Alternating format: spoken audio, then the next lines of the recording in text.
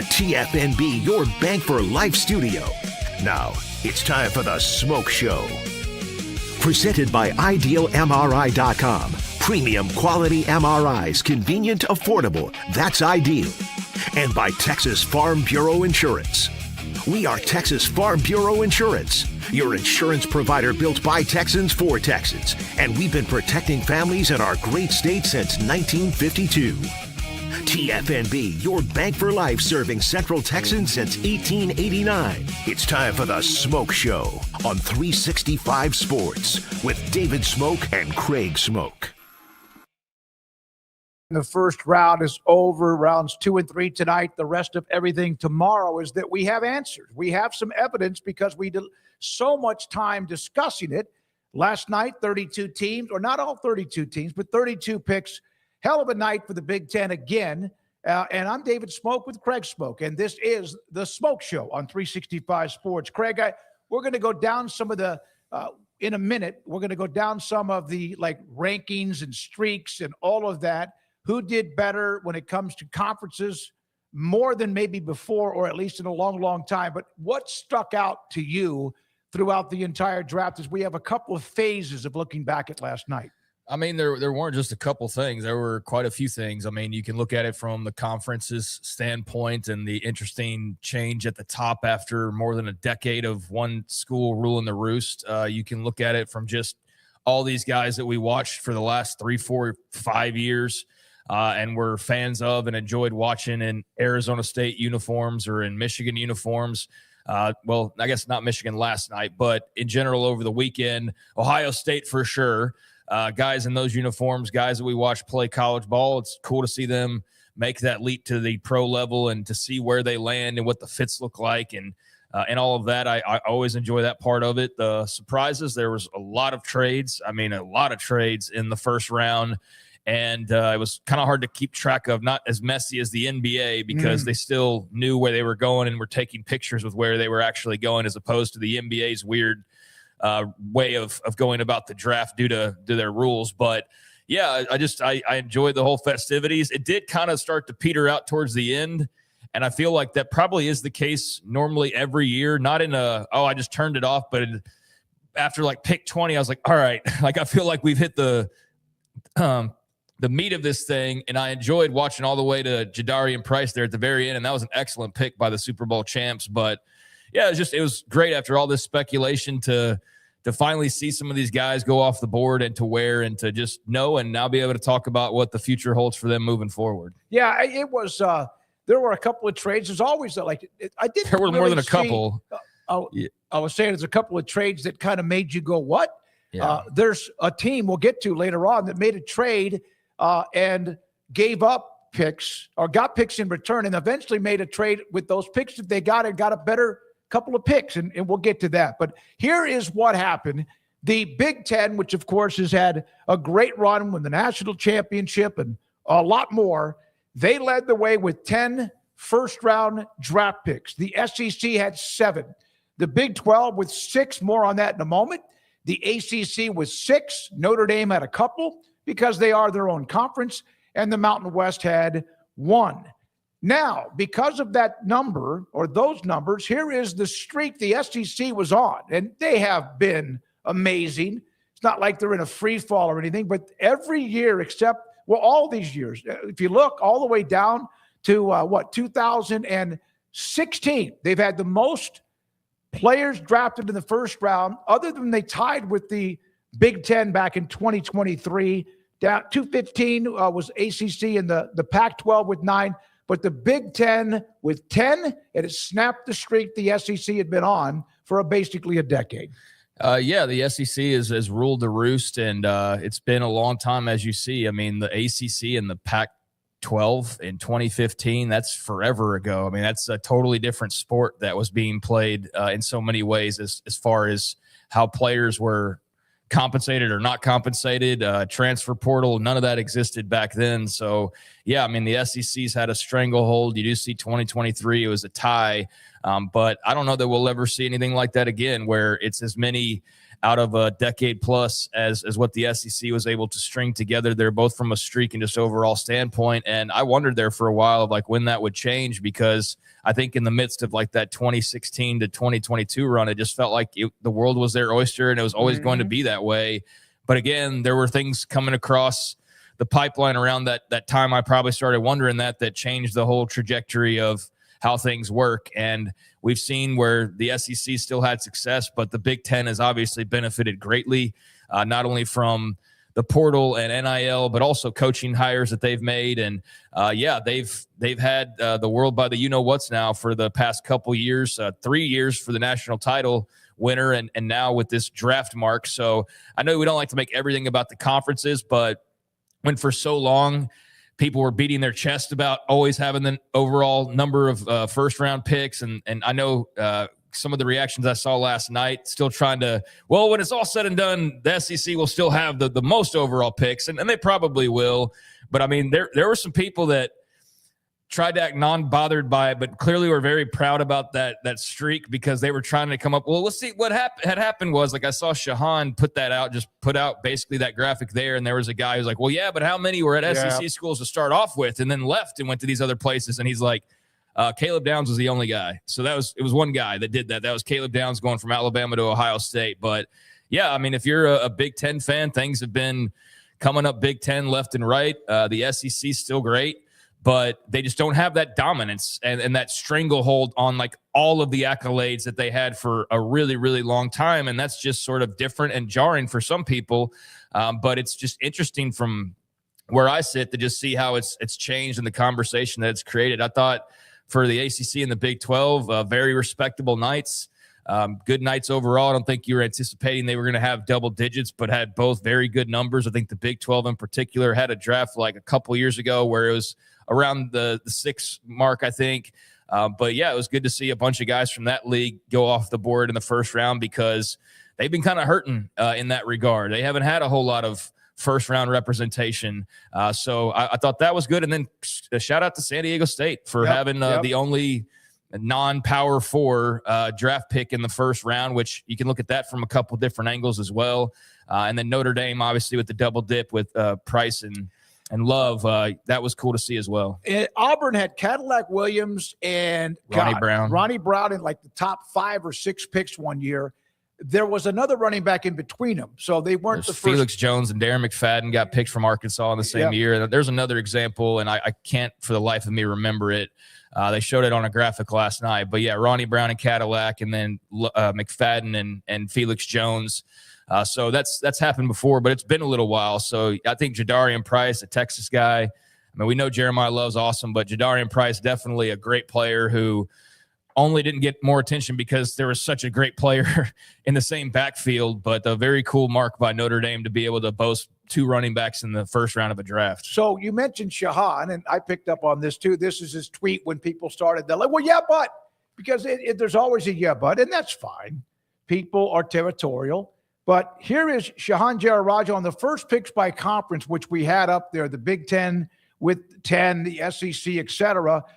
But for comparison, last year, the SEC had 15, unbelievable number, 15 first rounders, the ACC and the Big 12 combined for 4. So that's a difference. Now, one thing, I started combing through depth charts of the SEC, alleged that who will be there next year. They might have 15 next year because they got a bunch of players coming back. But when somebody said, yeah, but Shahan, well, the SEC did have 15 last year, and the ACC and Big 12 both bumped it up from a combined 4 to 12. Yeah, I don't like making everything a conference thing, but it's just kind of the world we live in now, and the last round of realignment created that as being a big part of the conversation, because now everybody is far more territorial, and things like that do matter, because if you don't put out first-round picks, like the Big 12 didn't there for a couple years, well, that gets brought up in the argument of why you don't matter as much as others matter. And so you don't win this set of titles or win titles for forever. Well, that gets brought up. And,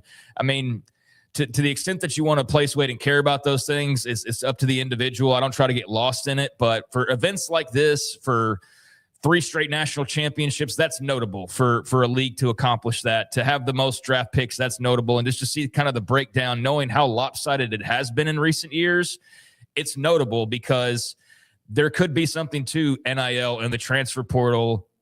We know there already is something to it to the degree that Indiana is able to win a national championship, and maybe a Texas Tech can win a national championship, whereas otherwise they wouldn't most likely be in that position. But you're seeing that on the NFL draft side as well. So, yeah, I think it was notable for the Big 12 to have a good representation, and I think it was notable for the Big 10 to have as many as they did. They're in a good spot, obviously, and I think for the SEC, I mean, is this like post Saban, like wind down where Alabama's not going to be quite putting out as many guys they used to? It's also notable, like not every year Texas and Oklahoma are going to go 0 in the first round of the draft. So that was something that was in play last night.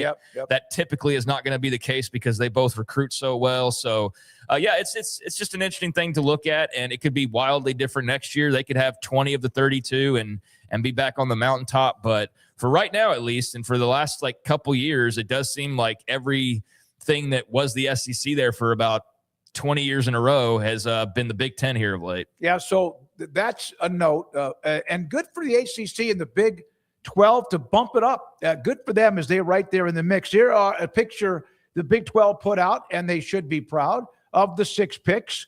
And, of course, Utah with 2 offensive linemen. David Bailey, we'll have more on him in a moment. Arizona State with a couple of notes, first-round picks. We'll have CJ Fight, by the way. Their defensive lineman will join us today on the show. And, golly, I went blank. Malachi Lawrence. Lawrence is a story in itself because just dripping with big play potential at defense as an edge rusher. And he kind of went a little earlier than most thought, but a note about that with the Cowboys too. And in fact, we'll mention that.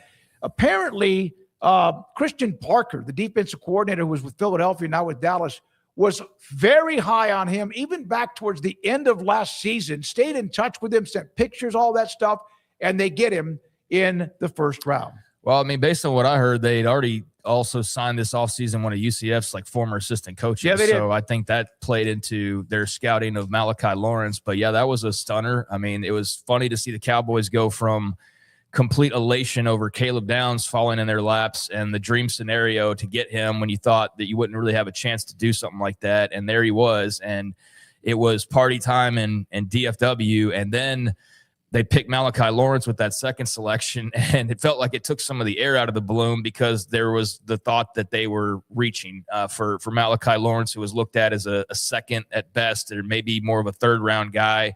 But they did have the inside intel on staff to maybe stick their neck out and do that and feel more confident about it than other teams would have. But he's a really good player with high upside, and edge rusher's a premium position. They need help on defense in a desperate way. So I think to get Malachi Lawrence and Caleb Downs, I mean, that's great for Dallas. And I think they have to be really happy with that. But yeah, I did sense and I did see and I did hear disappointment and listen to some of the coverage because just, again, they felt like Malachi Lawrence was a guy that might've been there later, not in the first round, but you know what? They got him. Good for him. Good for UCF. That's a great mark. They have not had a lot of first round picks. So he adds to a small group that, that's a cool thing to see for them that I don't think a lot of people were expecting to see last night. One thing about him, you read the reports, is that he's going to have to probably beef up 8 to 10 pounds without losing his speed. It's the first time the Cowboys have taken 2 defensive players in the first round since 2005. DeMarcus Lawrence turned out to be pretty good, Hall of Famer eventually. And then Marcus Spears, who's now a great analyst. Depends on if you like him or not. I love him. Defensive end from what was, of course, LSU. So he had 20 sacks, Lawrence. So there's a note on him. Yeah, and all the rest of the guys, I mean, that was to be expected. David Bailey went right away, as we thought he would at number 2. Fano and Lomu both were expected to be first-round picks, and so they both were. And then the ASU guys with Ianachor and, of course, Jordan Tyson before him, that wasn't a complete shock. So, yeah, there's just some questions on Bailey, and it looks good in the green there. Hope for his sake he has better luck than a lot of other Jets picks who have been near the top of the draft because, man alive, I was sitting there and just felt like deja vu seeing the same teams, the Jets, the Cardinals, the Commanders, the Browns, like it's those same handful of teams that are always near the top of the draft, and it never seems to make much of a difference. But I felt like the Jets last night had an absolute damn haul with the 3 picks they ended up with. I thought they did excellent, and it started with Bailey. So the question between him and Arvell Reese, it was Bailey, and that's now the highest ranked pick in Texas Tech history. And the only way to beat that will now be to have the number 1 overall pick, which I said in a separate podcast, the way they're recruiting right now, like who's to say that Brendan Sorsby isn't that guy next year or something, or LaDainian Guyton here in 3 or 4 years. They'll have a chance to try to break that mark. But yeah, a new record set for them, and just cool for ASU and Utah to have a couple guys each. So yeah, a lot of programs celebrating last night. That's David Bailey in his Jets uniform. Number 2, you know, it was just 2 or 3 years ago, Tyree Wilson was the number 7 pick in the draft by the Raiders. So they've had a pretty good run. And then the Jets, by the way, Bailey with 14.5 sacks, 52 tackles last year during Tech's run to the college football playoff. One other note about David Bailey. Hold on one second. I'm sorry. It's the back-to-back years that the Big 12 has had the number 2 overall pick in the draft. Travis Hunter, who from Colorado, and then David Bailey last night from Texas Tech. Yeah, I mean, I'd put that out there if I was them too. I mean, that's a nice thing to be able to brag about, and especially when you haven't had a lot of first-round success. So, yeah, be good for them to see a number 1 overall pick and getting maybe close to doing that here sooner rather than later. Like I said, maybe it's a Sorsby eventually, but either way, I think David Bailey setting that new mark for Tech has some shoes to fill, but Tyree Wilson's not been to the level of a number 7 overall pick. He's been solid. He's been good. He has not been elite and a difference maker that you would expect to draft at the number 7 overall position. So he's not a bust. But he's just not a superstar. And I wonder where David Bailey falls ultimately. But yeah, it's a cool thing for Tech to be able to, I'm sure, put in that shiny new facility of theirs, some big old plaque or poster or whatever they're going to do. And they'll have a lot more to add to that by the end of this weekend, because we know there's several more Red Raiders that'll go off the board. A couple of more notes on the draft, and then we'll break and come back with some other nuggets on it. Is UT in the last 3 years had 6 players drafted in the first round, 3 last year, Banks, Jahdae Barron, and also Matthew Golden. There is, if you look at a couple of mocks that people are already looking at next year, they might have 4.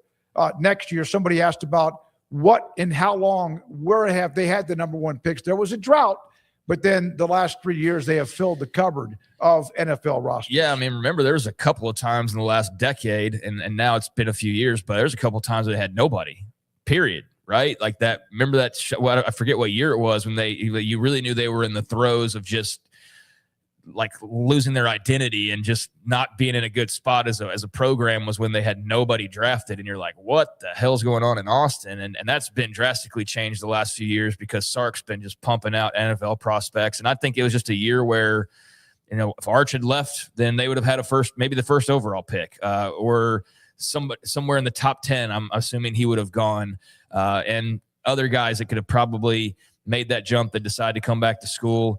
They'll have some guys next year. I'd anticipate Oklahoma will have some guys next year, but neither one with first rounders this year. And I think that did obviously play into the totals that we were talking about a few minutes ago, because you get a 0 from 2 programs who typically combined are going to put 3 or 4 guys in a first round on average every year, but neither one had anybody just timing wise. So yeah, that'll definitely change.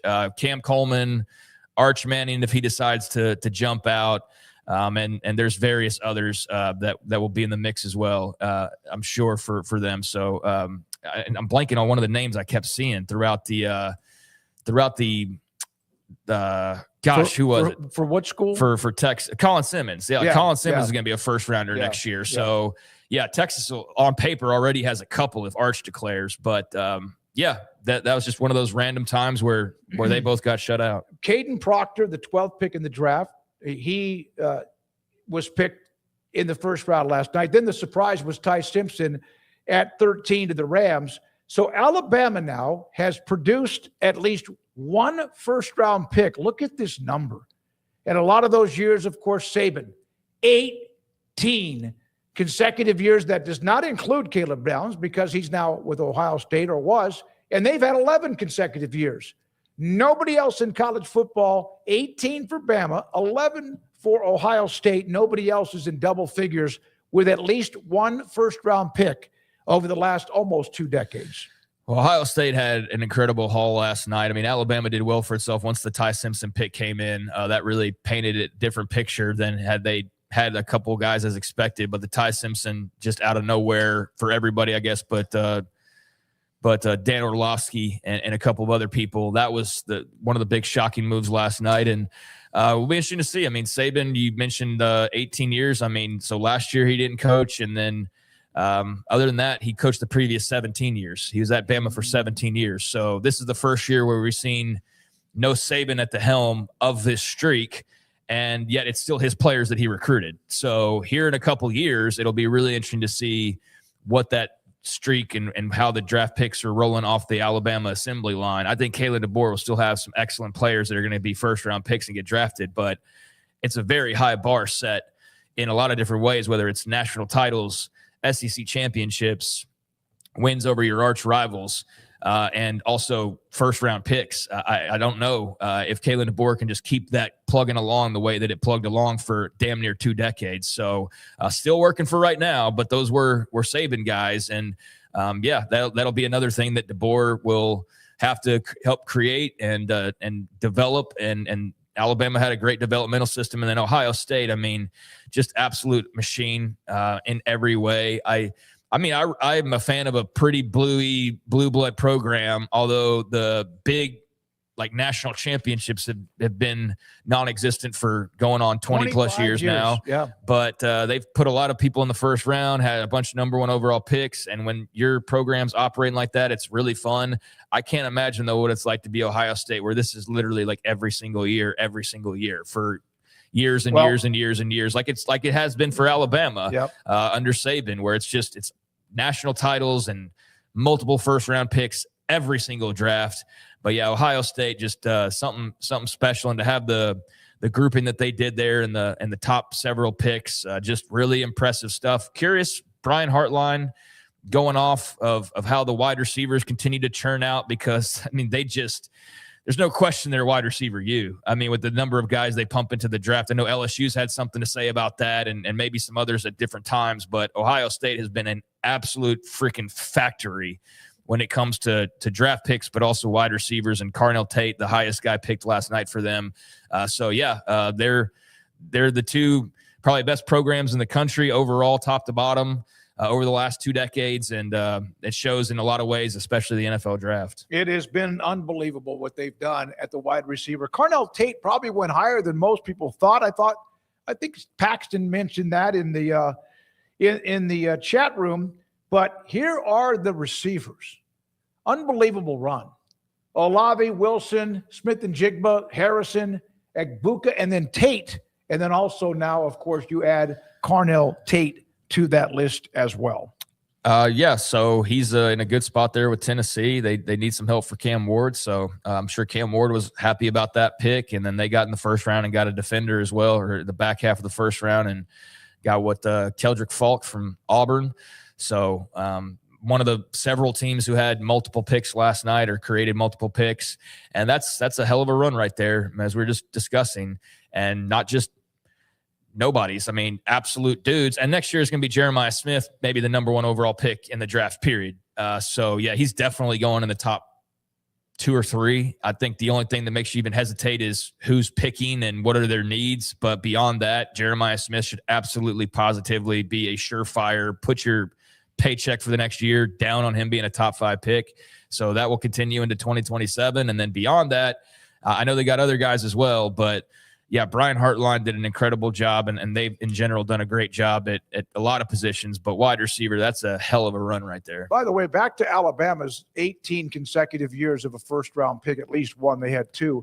Miami in that run from mid-90s until 08, and perhaps the greatest team ever. They had so many players at first-round picks eventually on that team that either freshmen, sophomore, junior, seniors, whatever, in 2001. 14 straight. Ohio State, again, current along with Alabama. Florida, from 83 to 91, had 9 consecutive years.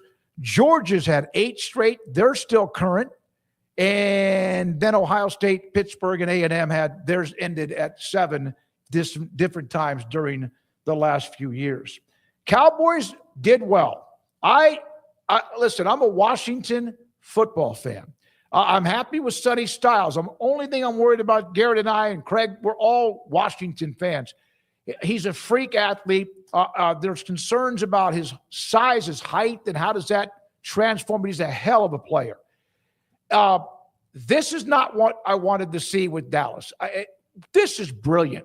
Sometimes, and I forgot who it was, said that maybe Pittsburgh Steelers, you let the draft fall in your lap. Let everyone else freak out, move up. And the Cowboys did move up one to get this pick, but they let the draft fall to their lap. They didn't overextend. And Caleb Downs, a lot of mocks, and he's the best football player in college last year at a position where he should have been much more involved in the Heisman voting, but he wasn't. And the Cowboys get an absolute freak of a player, a leader, a play caller, and a guy that can play all sorts of places in the secondary. He was a dream scenario for Dallas, and they had their dreams come true. I didn't think there was much of a chance that they'd have an opportunity unless they traded up to get somebody like Caleb Downs, but they didn't have to make any drastic move to get jumped a spot. So I think they had it just sort of come to them ultimately. And you thought that to get a Caleb Downs, maybe you'd have to trade up to get to like the top 5, but that wasn't the case. The way that the picks just started rolling off, and then Washington there with a chance to take Caleb Downs because they were widely mocked to select him throughout this process. But the Sonny Styles thing had been kind of the persistent name I'd seen for them the last couple of weeks. So when they went Styles, it wasn't surprising. And you mentioned the height concern. To be clear, the height concern is that he's too tall.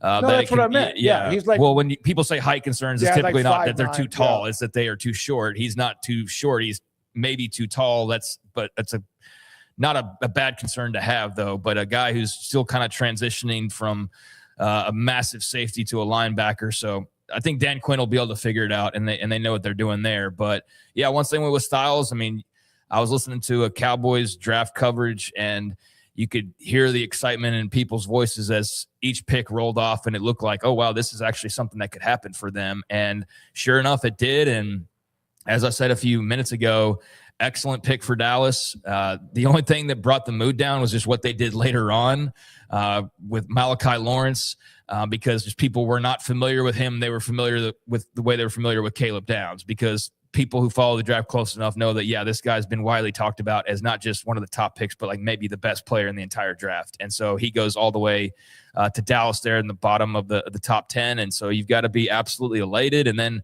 to bring Lawrence on board as well, a defense that's absolutely atrocious last year now has guys on the front and back end that are potential difference makers. And I'd imagine at the pro shop, they've already got the Downs jerseys out. If not, then I think that's a mistake, because he's the type of player that people will line up to buy his jersey. And we're going to see a lot of Caleb Downs Cowboys jerseys over the next few years. He was fantastic.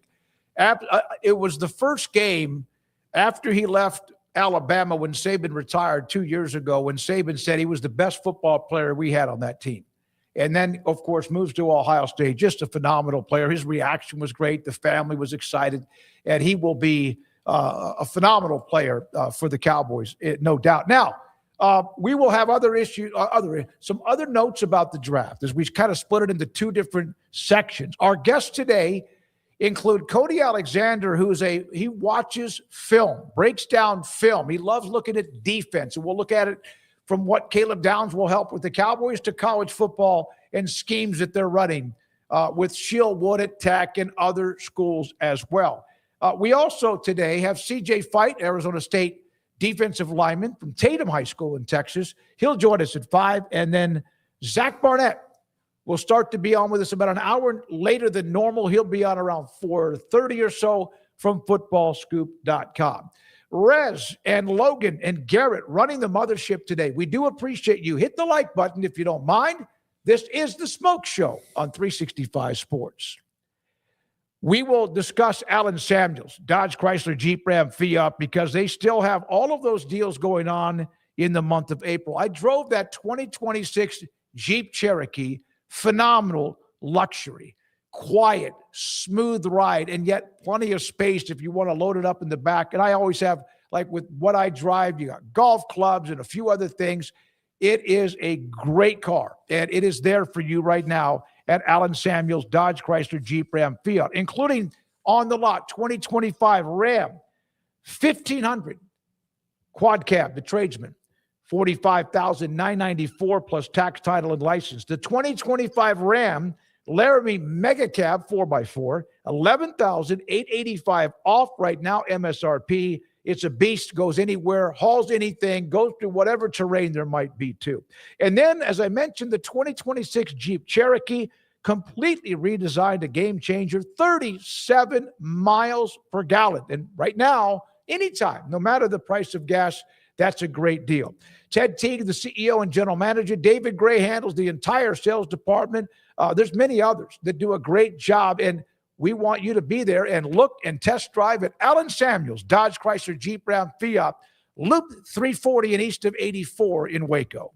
Broker is your Lennox Premier dealer. Right now, qualified buyers can make no payments and get no interest financing for 12 months on a new Lennox home comfort system. Conditions apply. Call Ray Broker Air Conditioning and Heating Specialists for details and a free estimate.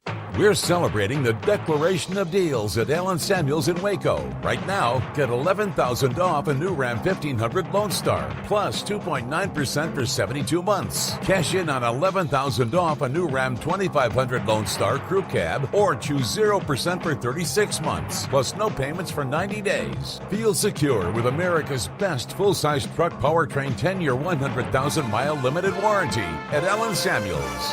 Come by, let's be friends.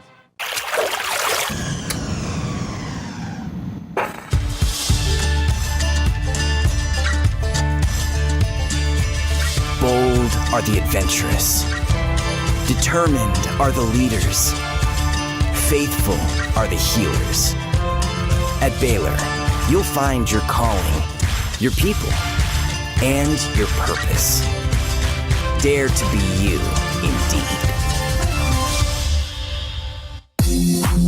It's time to compete against yourself, finding too many excuses not to work out combined with bad eating habits, and Waco Regional Tennis and Fitness can help reach inside your competitive soul. Discipline, getting results you've only dreamed about, personal training, group exercise classes, and even a tanning bed, world-class tennis facility, and pickleball courts and lessons available. Waco Regional Tennis and Fitness, spacious, clean workout rooms, free weights, state-of-the-art technology, weight training equipment, and no intimidation. It's time for you to react today, not tomorrow, at Waco Regional Tennis and Fitness on Lakeshore Drive in Waco.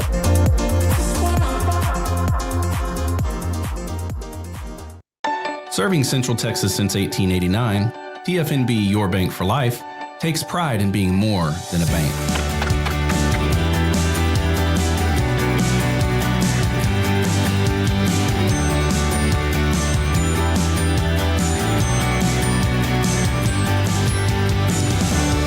TFNB, we remain committed to these principles. If you value them too, come join us. TFNB, your bank for life. Extreme Texas weather calls for Ray Broker, your Lennox Premier dealer. Sign up for our year-round comfort plan and keep your home the perfect temperature no matter what the forecast is. Call or visit raybroker.com now. Ray Broker, your air conditioning and heating specialist.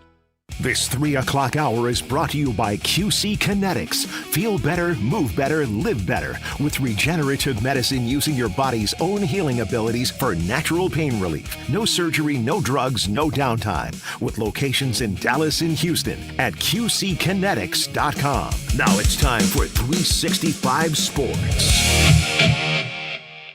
365 Sports. This is the Smoke Show with Craig Smoke. I'm David Smoke. Thank you very much for your time. And one of the surprises, I mentioned Carnell Tate going a little bit earlier than perhaps most people thought. But this one here, like I walked away, I may have even gone down to the corner store to get something, and I come back in, I'm like, why are they showing Ty Simpson? I knew that he might be a story as the draft moved into the second half. It never got to that point. He was drafted by the Los Angeles Rams. And it's kind of a debate on, did Sean McVay want this? I listened to a couple of his comments, but there were people saying he looks miserable. Matthew Stafford's team, and in fact, Simpson even recognizes that. But Craig, your thoughts when you saw him because there were thoughts there would be nobody else but Mendoza, but someone always late in the round will pick a quarterback. They got him in the middle. Yeah, I mean, Carnell Tate, I think it just got so accustomed to seeing Jeremiah Love at number 4 to the Titans that when Arizona just picked him right before that, it was kind of like, oh, hell. And yeah, that kind of threw things for a little bit of a loop, but it wasn't as though Carnell Tate was like wildly overdrafted by any means. He was in that number 1 wide receiver discussion. So I think Tennessee probably wanted Jeremiah Love and had to pivot, but that worked out. And that was, I guess, kind of a slight like, oh, that's interesting. But we had no idea that it was about to get much crazier with Ty Simpson. I mean, that was really the completely unforeseen move. Now, not unforeseen that he was drafted in the first round, because there were, to his credit, guys like Dan Orlovsky who were screaming to the skies that this guy should be a first-round talent, and if he wasn't, then the league wasn't properly evaluating. Now, I think that was probably his own evaluation. I think he probably had some people around the league or in the Rams front office or other front offices saying like, hey, there's a good chance this guy goes number 1 overall, because I don't think he was just the only person out there. And clearly he wasn't, because the Rams also thought that he was a high-level talent, but he was the only one that was out there like screaming it out and doubling and tripling down on it. And so I saw the clip of him on the McAfee broadcast, which I'm glad that it was McAfee doing his normal thing. I like that. I don't like McAfee WWE, so I'm glad that's over with for now. So it was nice to actually watch McAfee and enjoy it for the first time in a while. And they had the great moment of Orlovsky being on set when that pick was announced, and the smile on his face and just the reaction was fun stuff, and deserved victory lap for Dan Orlovsky there. But yeah, I mean, everybody had the same thought right after it was like, what the hell was Sean McVay? So are we going to sit there and say he doesn't know what he's doing at quarterback? I think everybody said, well, it's Sean McVay. So yeah, I'll default to him and to his staff that they know what they're doing at that position. And Matt Stafford is on the back end of his career, so it makes sense. It's just maybe not something you necessarily needed to do the way that you did it. But to get the Matthew Stafford successor in there was a very interesting move that I'm curious to see how it sort of works itself out. And they did have to do some of that damage control of like, well, what does Stafford think? And what do they think about what Stafford thinks and all of that? But I guess they cleared it with him. He understands, and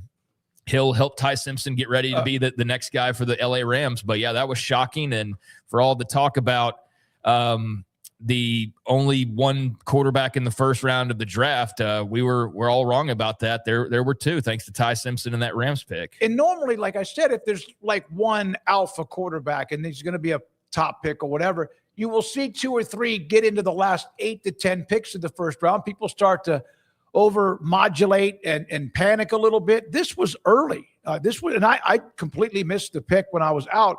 I'm super pumped to just be part of a room with Matthew Stafford and to learn from him. Ty Simpson, Alabama quarterback. Yeah, there's been a lot of opinions on this. Like, I've seen a bunch of different headlines and reactions to it. And so I know it's kind of generic to say, well, we'll see how it plays out. But I mean, truly, we're just going to have to wait and see what this looks like, because I don't think anybody can say with certainty that, oh, this is brilliant. Well, you can't say that with any certainty, or this is a stupid pick and it's a bust. Well, let's wait and see. I mean, it's an odd choice. It really is, as high as he was selected, because, yeah, it seems as though they could have probably waited all the way into the second round and he might have still been there. I loved it, though, simply because it didn't involve my team taking a big risk like that, and it was just a massive curveball that we weren't necessarily expecting. So from that standpoint, I enjoyed that part of the draft and having a little bit of a wild card to throw things for a loop. And I think Rams fans are probably split. That trust the process, trust the staff, trust McVay with the quarterback. But then, yeah, the reporting about him not being all for this, like, I just find that kind of strange, because you're the head coach. Like, you're the head coach and you're a really good head coach. So again, that's part of this that I'm waiting to see, like, how this sort of goes moving forward, because is there actually a deal there? Is that people making something out of nothing? Ultimately, he's the man in charge. So I don't think they would go around him. But it's been very interesting to see all of the different reactions to this pick. Everybody else, like, pretty much makes sense. Some of them might have been even boring picks. a lot of teams, I think, were thrilled with what they ended up with by the end of the night. Like the entire NFC East, I think, is doing backflips. Every single one of those teams had a really nice night. But the Rams definitely with the head scratcher. But maybe in 10 years, we're talking about what a brilliant pick this was. That's the gamble they're taking. All right. He really does kind of have that, what Alabama had under Saban. They had some that were fantastic. Bryce Young, obviously, Tua. But they also had the methodical, almost machine-like guys. And that's what Simpson reminded me of. It is strange, though, the McVay thing, because it's not, I think, people reading into his press conference and his reactions. Like, his reactions were to the point you could read into him and kind of go, did he want this? Yeah. Like, no, I did. I did initially, yeah. So, like, again, why would they go around him? Well, because there are GMs and owners that want to do their thing, and they do have the higher say ultimately. But given his position and like the respect he has as a coach, it's just kind of a strange move to make from a management standpoint if he wasn't signing off on it. It feels like a rift you're creating. That's unnecessary. Yeah, like you're just doing damage for no reason for a guy who's not even going to start for a couple years. You wonder if McVay said, no, we got to get a weapon for Stafford. We have one. It's like a year-by-year thing. And they're pretty good. By the way, from Visser, Kyle Visser, Smokey, I'm watching the NFL Network, and Daniel Jeremiah, who's really, really good at what he does, said that the GM with the Rams told Simpson that he was a first-round draft pick. Now, I don't know if he promised him that. And again, that's why Simpson declined the opportunity to go to Miami or stay at Alabama and enter the draft.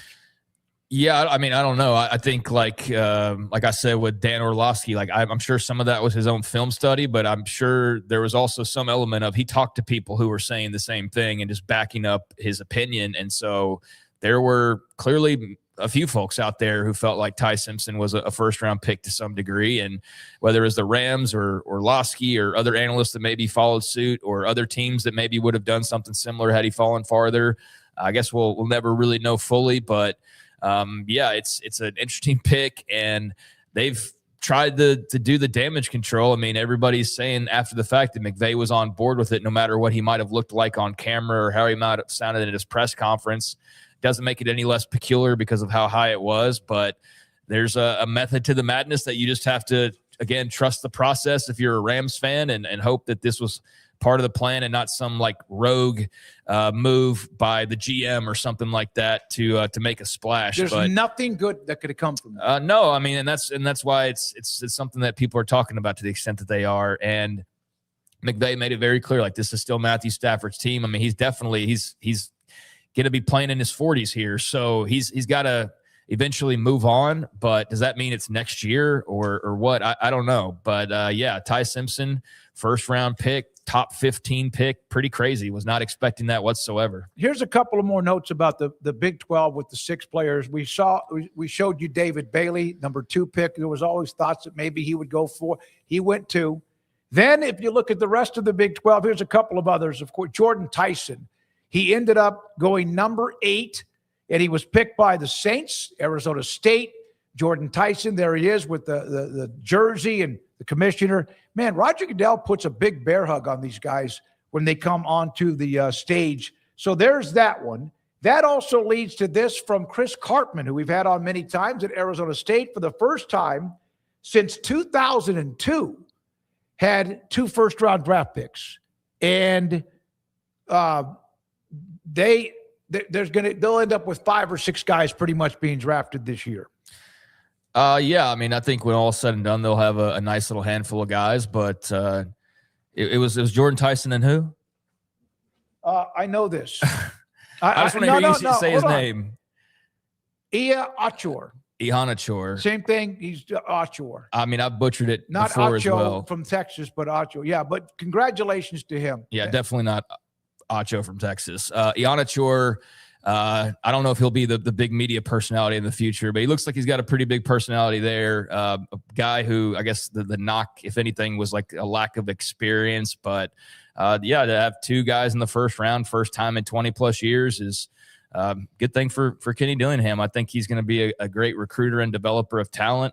Sam Levitt would have been a part of this eventually if he had stuck around, but instead they'll have to see if Cutter Boley can be turned into a first-round pick. But, yeah, I think guys like C.J. Fight and others are going to be in the mix to all be drafted here over the next few years. And Arizona State's in a period of time with the right coach that if they play their cards right and support him, then they're going to have a lot of new marks being set. First time since 2002, first time since whatever, first time since 25. Next year they could have, or 26, have already broken that and put like 3 guys in the first round if they keep developing that program. He's a great talent evaluator, and I think that's a really nice thing to see Jordan Tyson go as highly as he did, but also then Ianachor to be able to get in there as well. Even though that wasn't a surprise necessarily, you don't know when it gets to that other half of the draft. Like I said, I didn't feel like it petered out from like I got bored, but it is just funny though of all these top stars and that we watched in college football and all these top stars that you watch in those first 15 picks. And then we start getting like offensive guard and and then it's kind of you have to make those picks. Those are smart picks.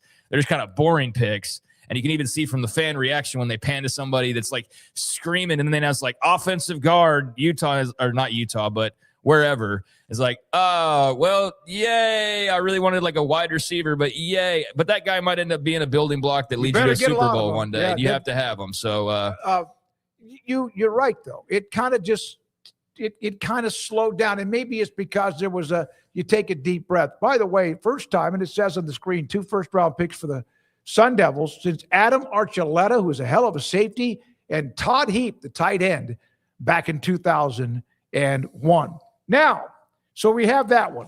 Let's now go to this little nugget on the Browns taking, of course, Utah had 2 offensive linemen taken, including Spencer Fano. He was drafted. Good for him to Cleveland in the top 10. The Big 12 had 3 players, inside the top 10. Tyson, obviously Bailey, and Fano. Yeah, I mean, we touched on that a few times now. It was a good night for that league. Good night for Utah to also have a couple first-round picks. And you just hope that can maintain, if you're Brett Yormark and those coaches and whatnot, that it's something that becomes more regular and it's not every couple years you have a handful of guys, but other years you have 2 or 3 or something like that. So, yeah, that was good to see. The Pac-12 schools representing very well last night with 2 from Utah and 2 from Arizona State as well. UCF, a new booty from the prior cycle that also adds Malachi Lawrence to the mix. So a lot of those new schools are not so much new anymore, but newer schools helping make that happen. Without them, even if Texas and Oklahoma was the old version, they didn't add anybody last night, so it would have been like 1 guy in the first round. So that's good to see. And I think with Fano, the only drawback here is, it's a smart pick by Cleveland. They need somebody to block for whoever's going to be quarterback. Is it Shedeur Sanders? Is it somebody else? I don't know how that's going to work itself out, but they do need help, and they need to protect their QBs. And I think just the only downside to it is that it's just Cleveland. And if there's a Brown fan, excuse me, I'm a Washington fan, so I feel like I'm talking about them in the same vein. I brought this up earlier, but there's the same picks by the same teams every single year. It's the Jets, it's the Browns, it's the Raiders, it's the Commanders, it's the Cardinals. It's the same teams all the time at the top of the draft with some interchangeable here and there. But it's usually like that handful always there. But the Browns are the ones that are like the poster child for having a bunch of first-round picks never ends up mattering.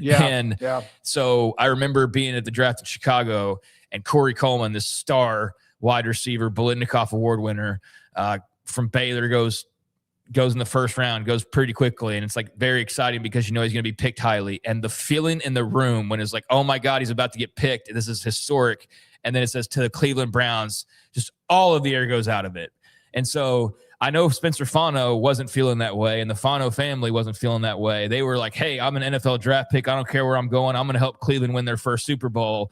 But I can't help but have that feeling when I see a guy who's a good player. I'm like, good for oh, damn, it's Cleveland. Like, that's 20 plus years of conditioning in the draft. So hopefully he's a part of what can break that cycle, much like Mendoza, Genty, Bowers for the Raiders, much like hopefully Jaden Daniels has done somewhat, but Sonny Styles can do for Washington and those teams that have typically been like in that top half every single year can maybe get out of that for a little while. They definitely deserve to at this point. Well, maybe Cleveland doesn't deserve it necessarily, but you know what I mean. Yeah, you just hope you could get lucked into something. Of course, they got Myles Garrett and a few other things. Hold on.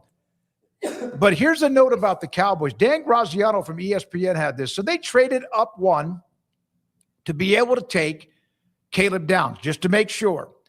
And then later on, they traded back, and they got Malachi Lawrence. We told you that. The Cowboys traded 2 fifths to move up from 12 to 11, and then they got 2 fourths, dropping from 20 to 23. That's a pretty good trade that you ended up with 2 fourths after you gave up 2 fifths. Yeah, I mean, it seemed like they did pretty well for themselves. Yeah, I think besides the Lawrence pick being kind of deflating, I mean, I didn't keep track of all the draft. There's like 12 trades last night, so they were sort of all over the place, moving up, moving down, adding picks, losing picks. I didn't get a chance to wrap my head around all of that, but yeah, I think the Cowboys feel really good overall. I think everybody in the NFC East feels really good overall coming out of last night. I agree. All right, now, how does this match up? With the high school football recruiting rankings of when players came out of high school. Chris Hummer came up with this nugget that 26 of the 32 picks, of course, all these players were blue chip type caliber. 12 of the first 13 picks were either 4 stars or better. 11 of 32, then 21 of 32, and on down the list, just to look back at who they were. In the first round, 6 5-star players were drafted, 12 4-stars, and 14 3-stars.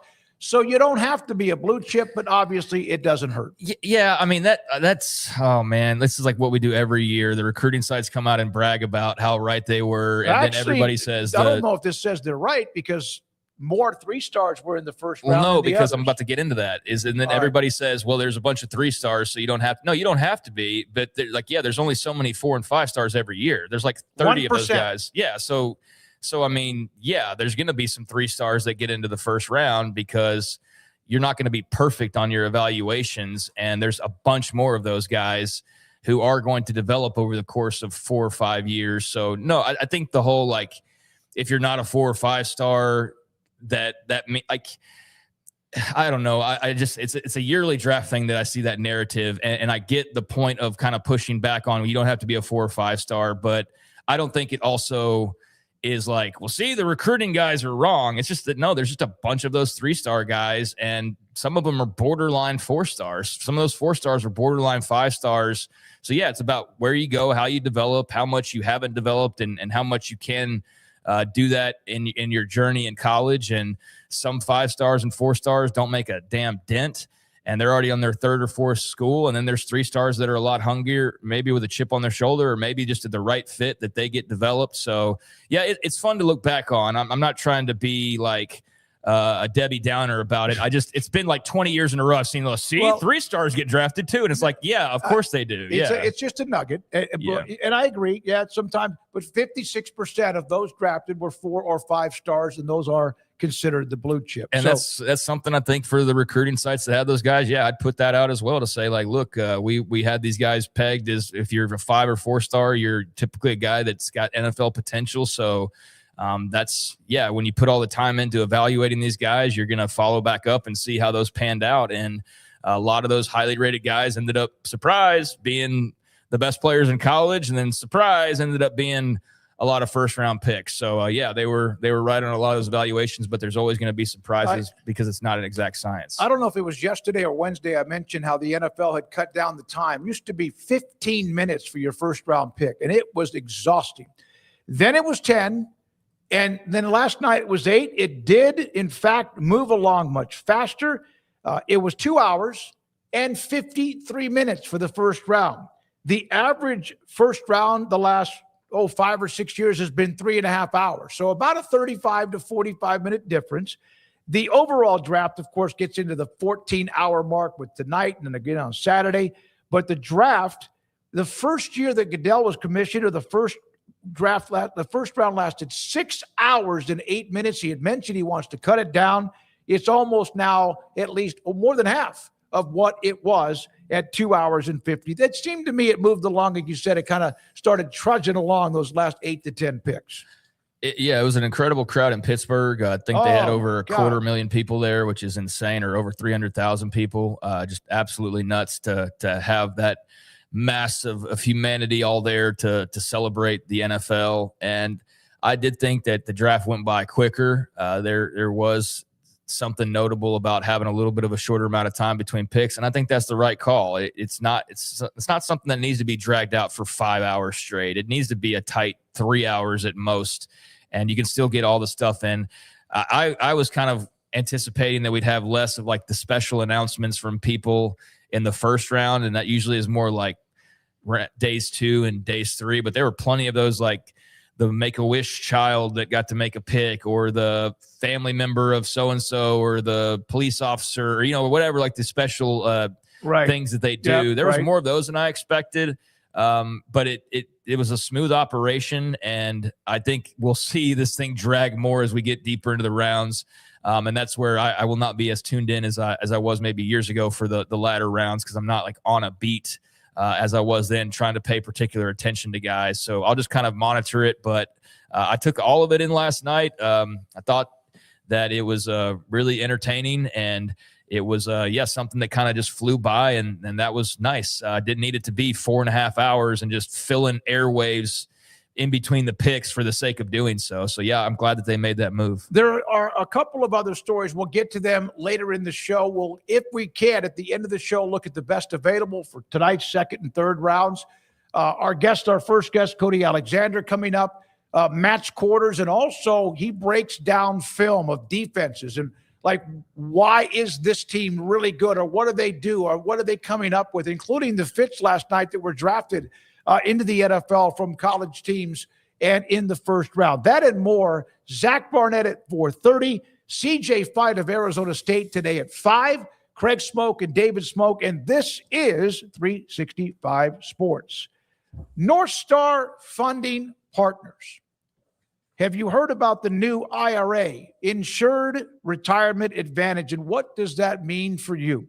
The Insured Retirement Advantage is a solution, a smarter way to help you achieve your savings and, on top of that, retirement goals, as it will help you create a supplemental, tax-free income stream. That's not always easy. You can make a mistake and you don't have that. They will make that happen for you. Maintain liquidity for other investments or business needs and protect your family in the long term. Transfer wealth efficiently. It's a unique solution for clients who are financially strong but want to get stronger, make a minimum $150,000 annually, but haven't yet achieved your savings and retirement goals. They can help you out with the new IRA, the new Insured Retirement Advantage. Call 623-256-6902, or remember the website. It's simple, NorthstarFundingPartners.com, and tell them that tell them the Smoke Show and 365 Sports sent you. It's in the major leagues for 24 years, and let me tell you, I can feel it in my joints. Shoulders, elbows, and knees. Trust me, pain doesn't retire when you do. I tried everything to get rid of the pain. Nothing worked until QC Kinetics. Baseball legend Roger Clemens and other patients are getting lasting relief with QC Kinetics regenerative treatments. No surgery. I trust QC Kinetics. You should too. Let's commit to getting rid of all the pain. Schedule your free consultation today. QC Kinetics. Better starts here. With over 25 years of excellence in IT, Carrion Solutions is your trusted technology partner. From managed IT services to cutting-edge cybersecurity, our expert team delivers tailored solutions that drive success. Our portfolio includes products such as Veeam, Bitdefender, Microsoft, Cisco, and Fortinet. Call David Carrion and his team of experts. Call 888-522-2221 or visit us at carrionsolutions.com. Established in 2007 and independently owned, Alliance Bank Central Texas is committed to helping families and businesses meet their financial goals. From their tellers to their board of directors, they know the importance of superior service and competitive products. Customers have confidence knowing that their financial needs are in good hands. It's your bank, Alliance Bank Central Texas, with 2 Waco locations, 4721 Bosque Boulevard and 191 Archway Drive on Highway 84, and at AllianceBankTexas.com. Member FDIC and equal housing lender.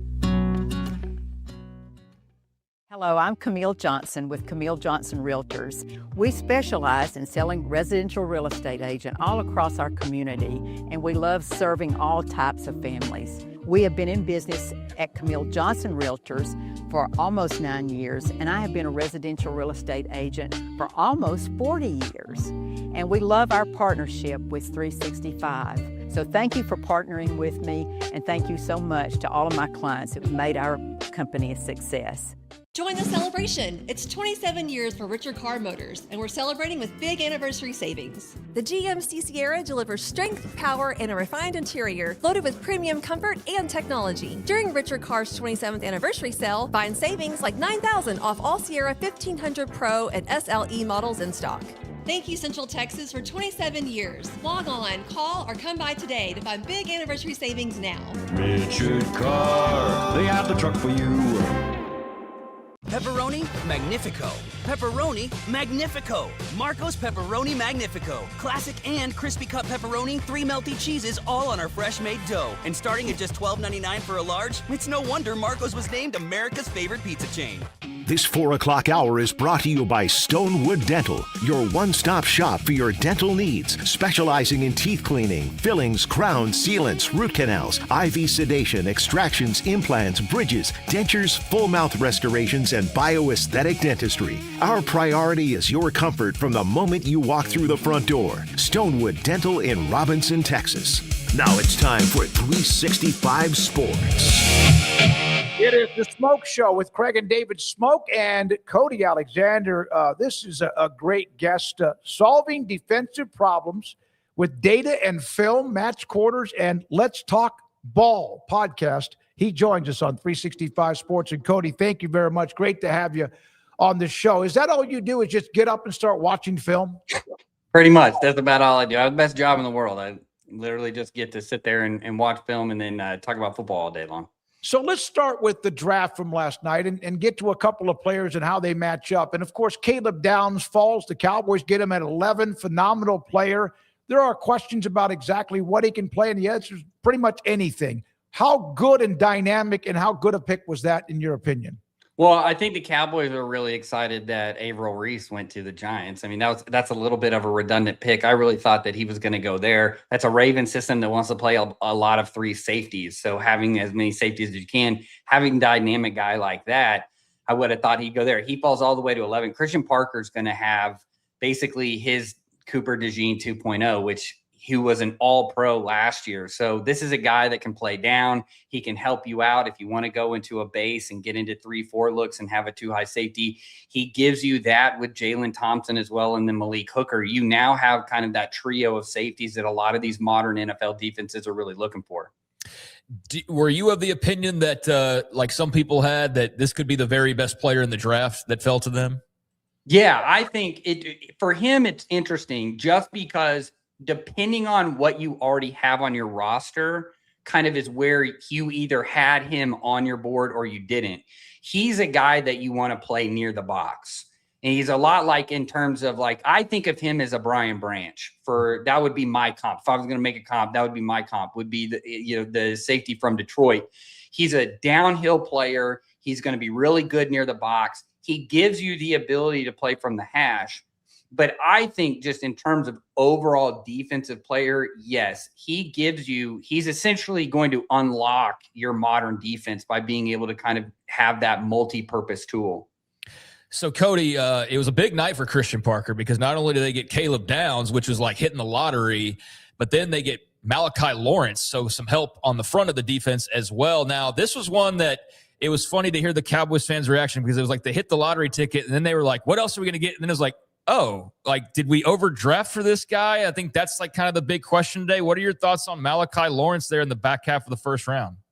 Yeah, I think for this defense to work, you really need to have some solid edge play in terms of people that can get after the quarterback. You already have, I think the thing that you want is multiplicity is what they're looking for. So if you look at the way the roster is structured, you have DeMarvion Overshown, who's a guy that can be that off-ball linebacker. We can get in nickel, which is a 4-2, move him down. Now we're in a 5-1. We can rush him. We can blitz him. When we want to have two edges, where we now have a big edge in Rashawn Gary, and then we have smaller edges in Ezeraku. And now with Malachi Lawrence, you have another guy that gives you kind of that rotational piece where we have different sizes of different players, if that makes sense. Mm-hmm.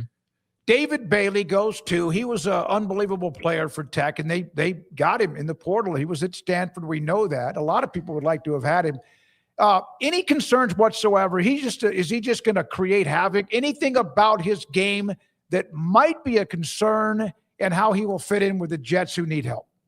Well, I think the Jets, I think he ended up in a really good spot. I kind of talked myself. I don't do a lot on the draft. I look at it more as a team building. I don't necessarily do like a ton away from that.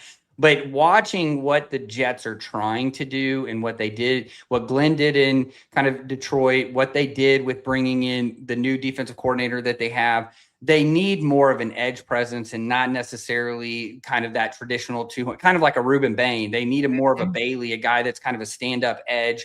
I think he'll be fine. He's going to play a wide 9 system, meaning that he's going to play outside. He's going to be an edge rusher. He's essentially going to do what he did at Tech. I love that Jets draft, by the way. That Kenyon Sadiq, Omar Cooper, and David Bailey all in one fell swoop is pretty damn good. So I'm a Washington fan. And there was talk about Caleb Downs. I mean, they had been mocked for a few other guys, but they get a choice between Caleb Downs and Sonny Styles and others, and they go Sonny Styles. And a big dude, super athletic guy, Cody, how does he fit into what Dan Quinn wants to do? And was that to you like the logical pick for them to make there in that spot? So I think it's really interesting. To answer that question, we have to look at the Vikings. And the Vikings took the kid from Florida instead of taking Thieneman, who everybody was like, he's Harrison Smith, like the 2.0, right? In that system, it gives me a little bit more of an idea of what Durante Jones is going to want to do, which I think he's going to do more. It looks like more with what you saw in Minnesota, we're going to stack the box. We're going to play a lot of pressure. They've led the NFL in pressure in the last 3 years. The way that defense plays, you don't necessarily need premium guys on the back end. You just need adequate guys that can play top down, guys that can tackle because the ball's coming out really fast. What you do need is a box, and you need a linebacker, and you need a dynamic guy who can really stretch the field in coverage and then can give you that piece when blitzing. So it made sense to me when they took a guy like Sonny Styles. It's like, okay, they're connecting the front with the back end through that, and they feel comfortable with the secondary they have, which they can always add. This is a pretty deep safety class. Cody, I asked you at the top how much you watch. Do things just jump out at you when you see something unique, and how often can you really change, although people are always tweaking what they do with their schemes, etc.? I think it's more tweaks or different ways of teaching things. I think right now what we're seeing with we're getting kind of away from the Sabanification at the college level. I think it's also trickling up at the NFL level where we're trying to play with a little bit more vision. The NFL is trying to play from a too high shell, something that the college coaches have been doing really for the last 10 years. So we're kind of seeing that marriage. When I get something wrong, I love it, because that tells me that, hey, there's something new here. There's something that they're teaching. Study that. And what we've seen is like Robert Saleh, and then what they were doing with the Patriots with Kerr and Vrabel was playing this vision backside safety that was kind of this robber guy. He was basically untapped.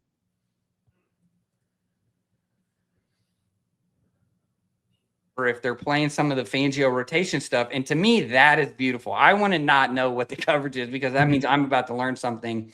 So yeah, when I watch, I'm really looking for patterns. I'm looking for things that consistently show up. And then I'm looking for anything that might confuse me, because especially at the coverage end, if it's going to confuse me, then I'm going to get super interested in it. Who do you feel like are the guys that are kind of leading the charge as far as innovation, or just kind of being on the cutting edge of what is like the changes that we're watching in real time here? I think Mike Macdonald, the way he is changing the way teams are teaching defense at the NFL level, what he has done with the Ravens, and I really call it the Ravens 2.0 system because that's essentially what he was hired to do. Wink Martindale, who is at Michigan, he's kind of the last guy. And then they brought in Macdonald. Hey, can you clean this up? Can you put everything together conceptually? Let's start teaching it. Think about like being a classroom teacher. If you're going to teach something brand new, you want to kind of modularize it, right? I want these in different buckets. I want these in silos. We have to go through step A to get to step B to get to step C. And you think that that's intuitive, right? That would be that. But a lot of times when you're sitting in an office and you're like, we want this pressure, let's run this. Well, what do we call it? Well, we'll just call it this random name. And then nothing really fits together. And so we're just kind of piecemealing everything together. And I think he's doing a really good job of streamlining it. I thought we saw in the Super Bowl too. He is playing cover 2 instead of kind of playing the Fangio kind of system. He is bringing back, kind of that cover 2 element of it, playing in nickel. How do you survive in that? A lot of it has to do with personnel, but there are certain tweaks and certain things that he's doing. I think he's really good. I'm really impressed with what Robert Saleh was able to do with the 49ers. If you don't know, go look at their roster at some point. He continuously amazes me in how he can coach linebackers, him and DeMeco Ryans. It's just amazing how every time, and I know they have Fred Warner, but Fred Warner didn't play, and they've got like Kendricks out there like getting interceptions and so I think with no pass rush, what they were able to do, I think what they're doing with the Panthers are kind of right now the team where with Jonathan Cooley as passing game coordinator, Ejiro Evero is another the defensive coordinator.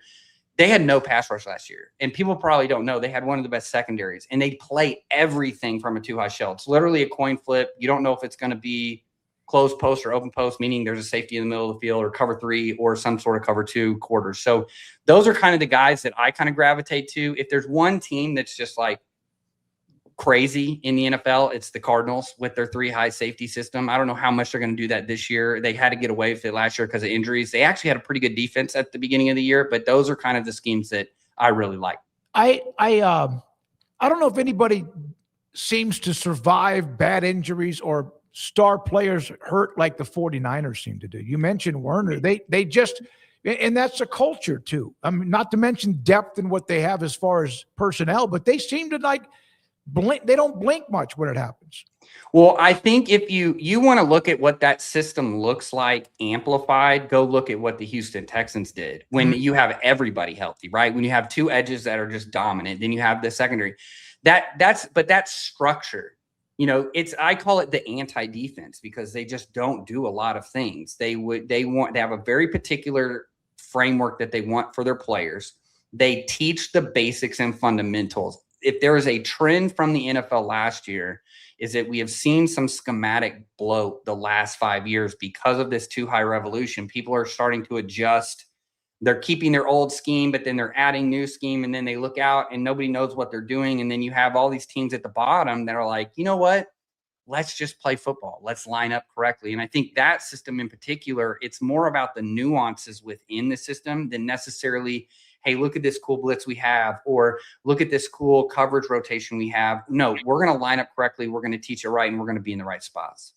Cody, how much can I ask you about the college side? Like, how much of the college film do you devour? So if I were to ask you about a Shieldwood, for example, and what he's doing with Texas Tech, obviously they already had David Bailey. We're going to see Jacob Rodriguez and other guys, and they're just getting started really. But the huge move to bring him over from Houston last year, your thoughts on what he does, how he does it, and just kind of the difference maker it was for Tech a year ago.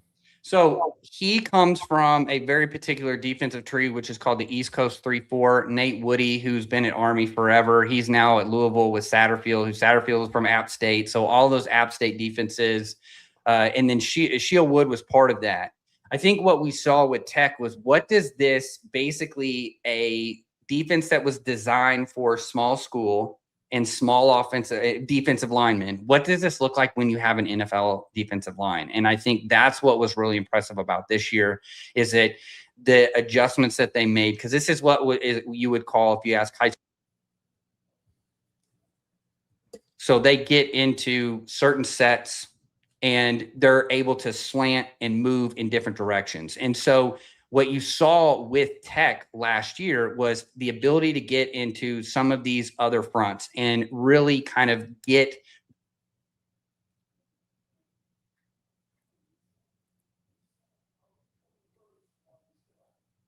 Yeah, your mic went it hit and miss a little bit there all of a sudden. Yeah, it keeps going mute. I don't know. Go. Sorry about that.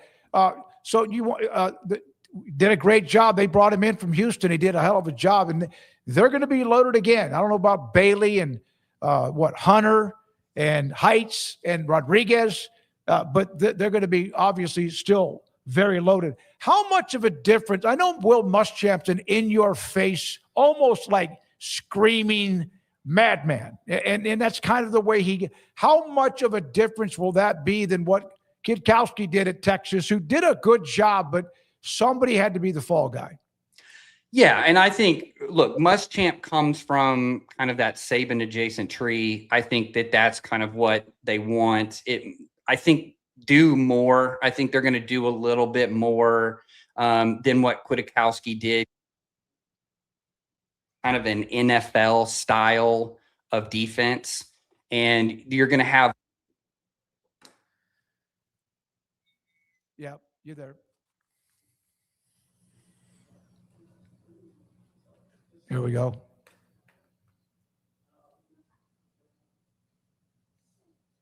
Yeah, it's got like a short in it. There's not much you could probably do about it. Is that on our end, Rez, or Cody?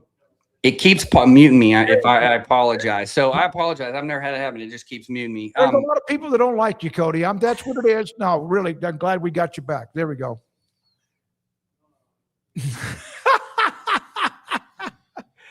Oh my goodness. That's okay. That's okay. Do you want Rez? Can we call him? Cody, can we call your phone? All right, Rez. Let's break right here and come back. We've got Zach Barnett around the corner.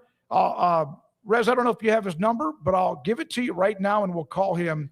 And if you want, go ahead and do that as we produce as on the air. That's not, there we go. I'm going to send it to you now, both Logan and Rez. There you go. We'll do a couple other notes. Zach Barnett, as I mentioned, is going to join us at a little bit after this segment with Cody Alexander. Let's break right here, Rez, and we'll come back with the rest of Cody Alexander, then go straight into Zach Barnett. This is the Smoke Show on 365 Sports. Allen Samuels, Dodge, Chrysler, Jeep, Ram, Fiat, Loop 340 and East of 84 in Waco as they're wrapping up the month of April, and the specials they have, well, I mentioned them earlier in the show, and I also have mentioned the last couple of weeks that I was able to drive. So smooth, luxurious, tough, rugged if you want it to be, spacious if you need it to be. The 2026 Jeep Cherokee. It's a phenomenal vehicle, 37 miles per gallon. Also, the 2026 Ram 1500 Lone Star Crew Cabs at 2.9% financing for 72 months, plus on top of that, plus $11,000 off. Serious savings on one of the hottest trucks on the road at Allen Samuels, Dodge, Chrysler, Jeep, Ram, Fiat, Loop 340 east of 84 in Waco. Petty Clinic Men's Healthcare in Woodway is now proud to offer you men an exceptional weight management body sculpting product called semaglutide, also known as Ozempic or Wegovy. Semaglutide is an FDA-approved weight management medication. Once-a-week injections of this powerful medication offers an average body fat weight loss of 20% within the first year of treatment. In addition to body sculpting, semaglutide also normalizes blood sugars and has the clinical research proof of reducing blood pressure, cholesterol, stroke, and heart attack risk. If you're like most men and you have stubborn fat that will just not respond to typical diets and exercise, then help is finally here. Semaglutide. Affordable, highly effective. Google search Petty Clinic Waco and reach out to the Petty Clinic team today for a free consultation with Dr. Petty to see if semaglutide is right for you. Go to pettycliniclowt.com.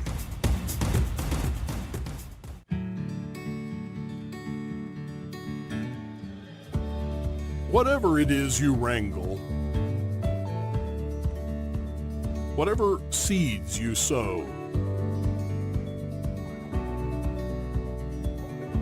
no matter what you nurture, or what you choose to grow. At Texas Farm Bureau Insurance, we're proud to protect all Texans. When you play hard, sometimes you fall hard. Sports injuries require special treatment. At Southwest Sports Medicine and Orthopedics, our team of expert doctors provides athletes and active adults with comprehensive sports medicine care, diagnostics. Whether you're in high school, college, or beyond, we'll help you get back on the field. Call on the team physicians for Baylor Athletics. Call Southwest Sports Medicine and Orthopedics.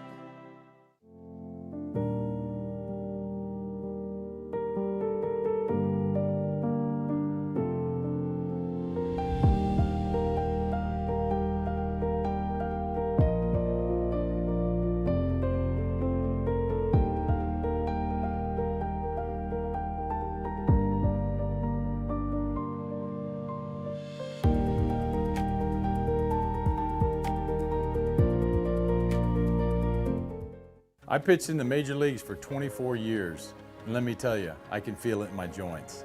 Shoulders, elbows, and knees. Trust me, pain doesn't retire when you do.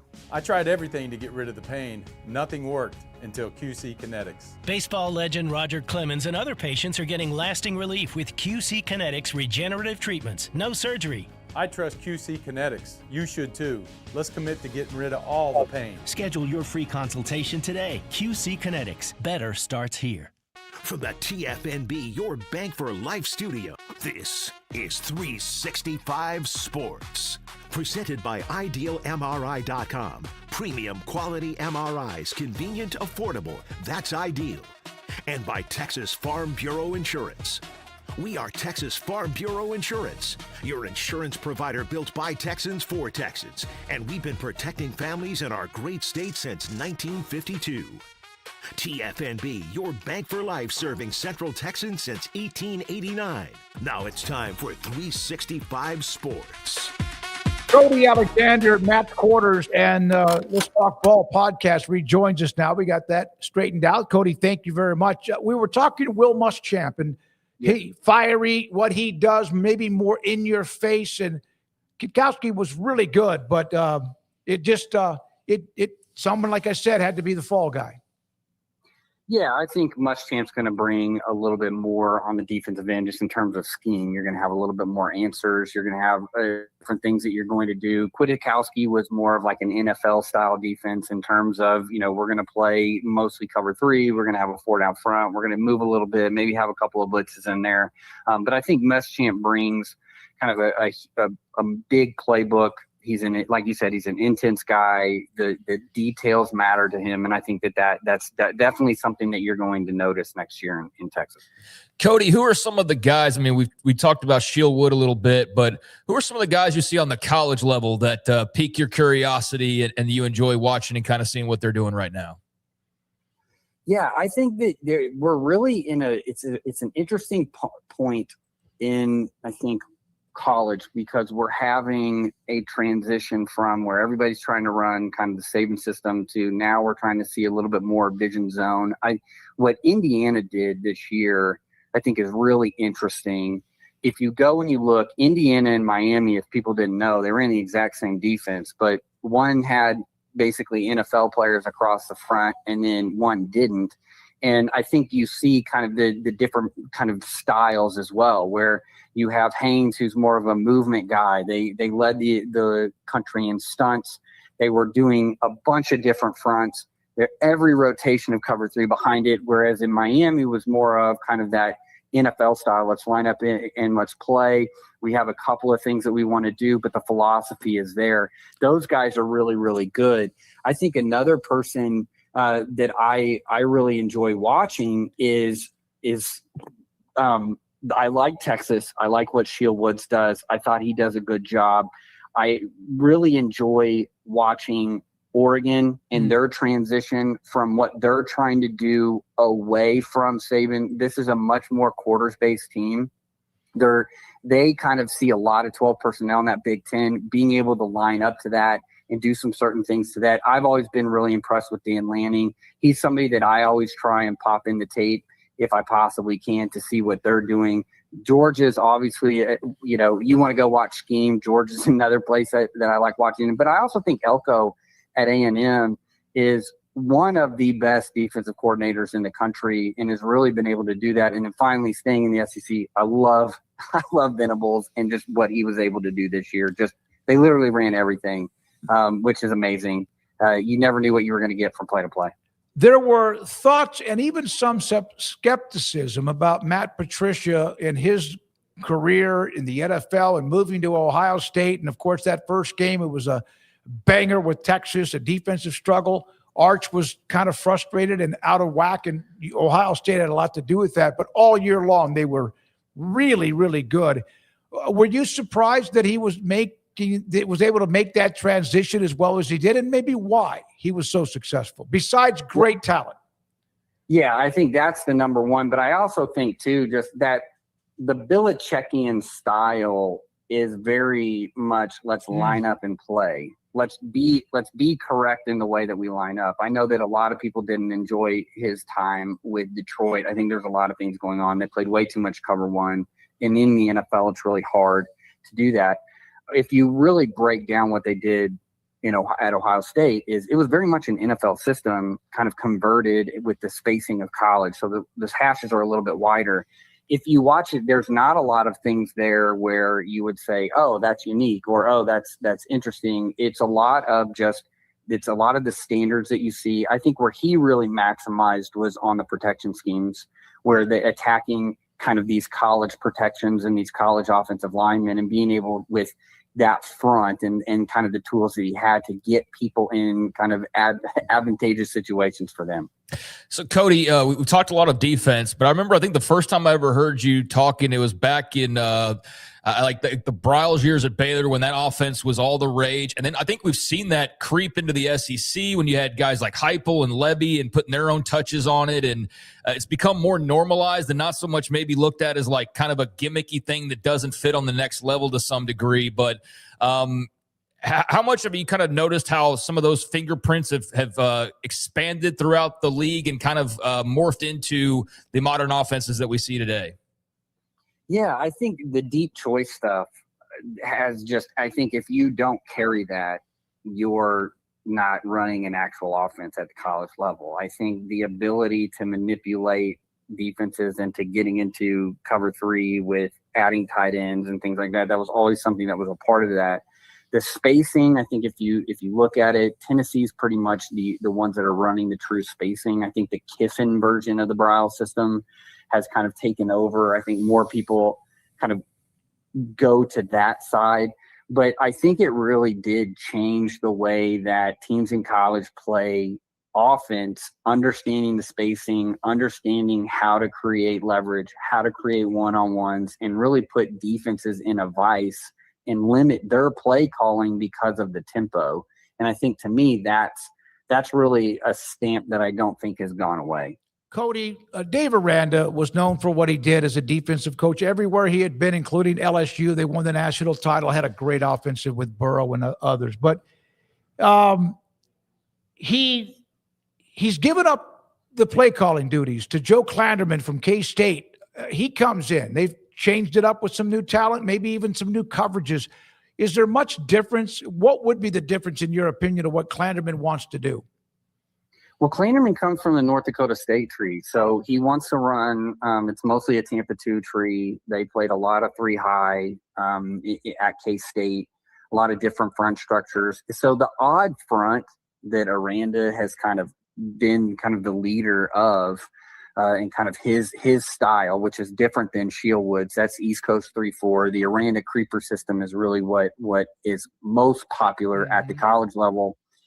I think it meshes well with him. I think it allows him kind of to be an actual head coach, maybe since first time since Ron Roberts, right? Where he's not feeling like he has to run his system and he has to do this. Now he has a defense coordinator that's going to come in, has a proven system. K-State's they've kind of always run a good defense while he was there. North Dakota State's always had a good defense.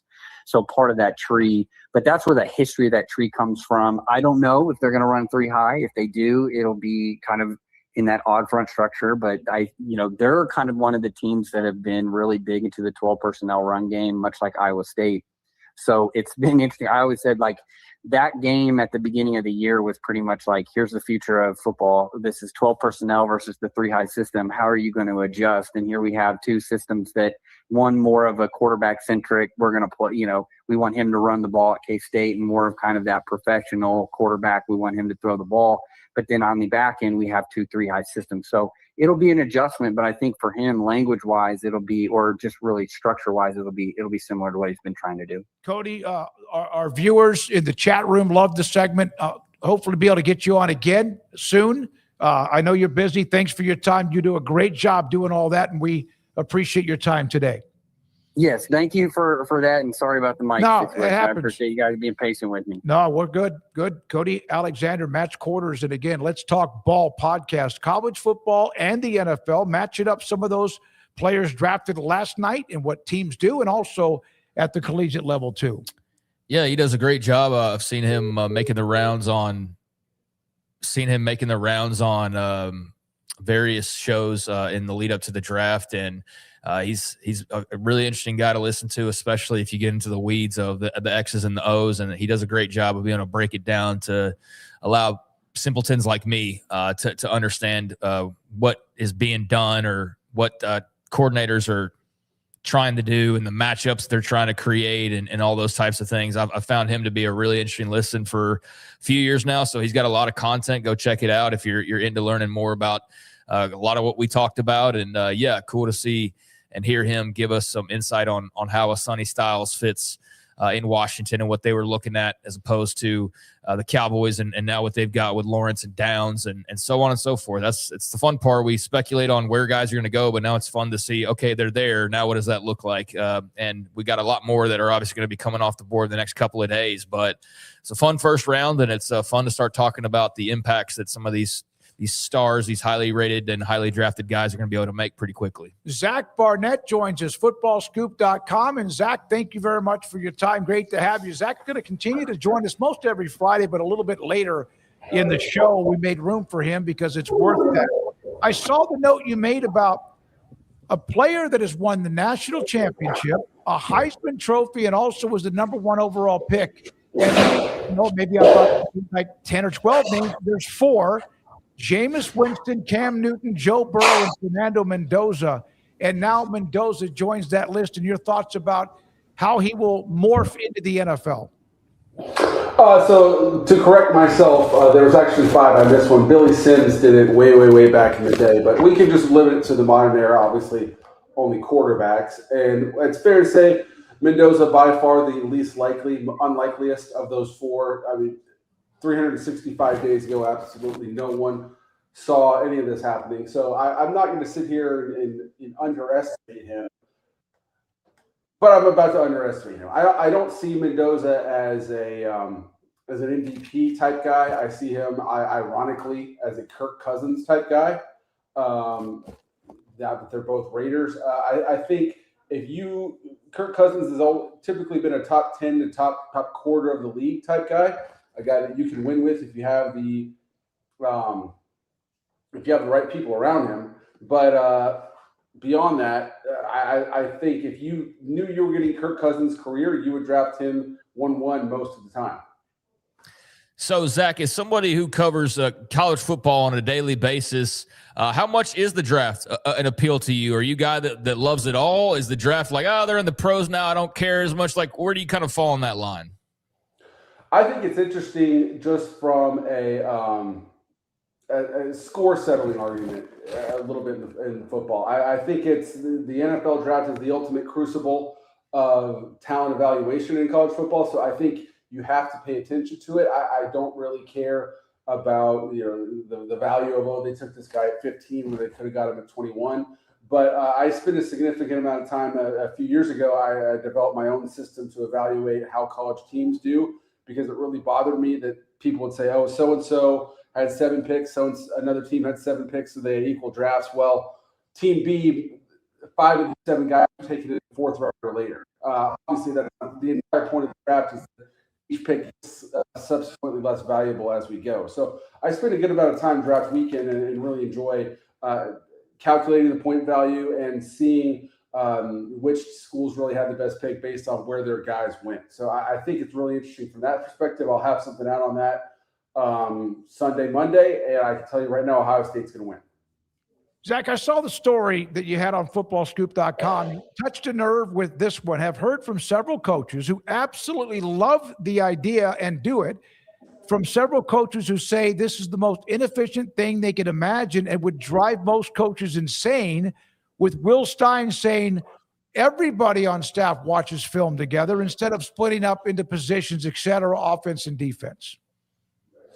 Yeah, I think it's something that you could really only do as a first-time staff and really only this time of year. Obviously, on a Sunday, if you're at Kentucky after you just played Tennessee and you've got Alabama coming up 6 days from them, you're not going to sit there and have your tight ends coach break down your third down packages on defense.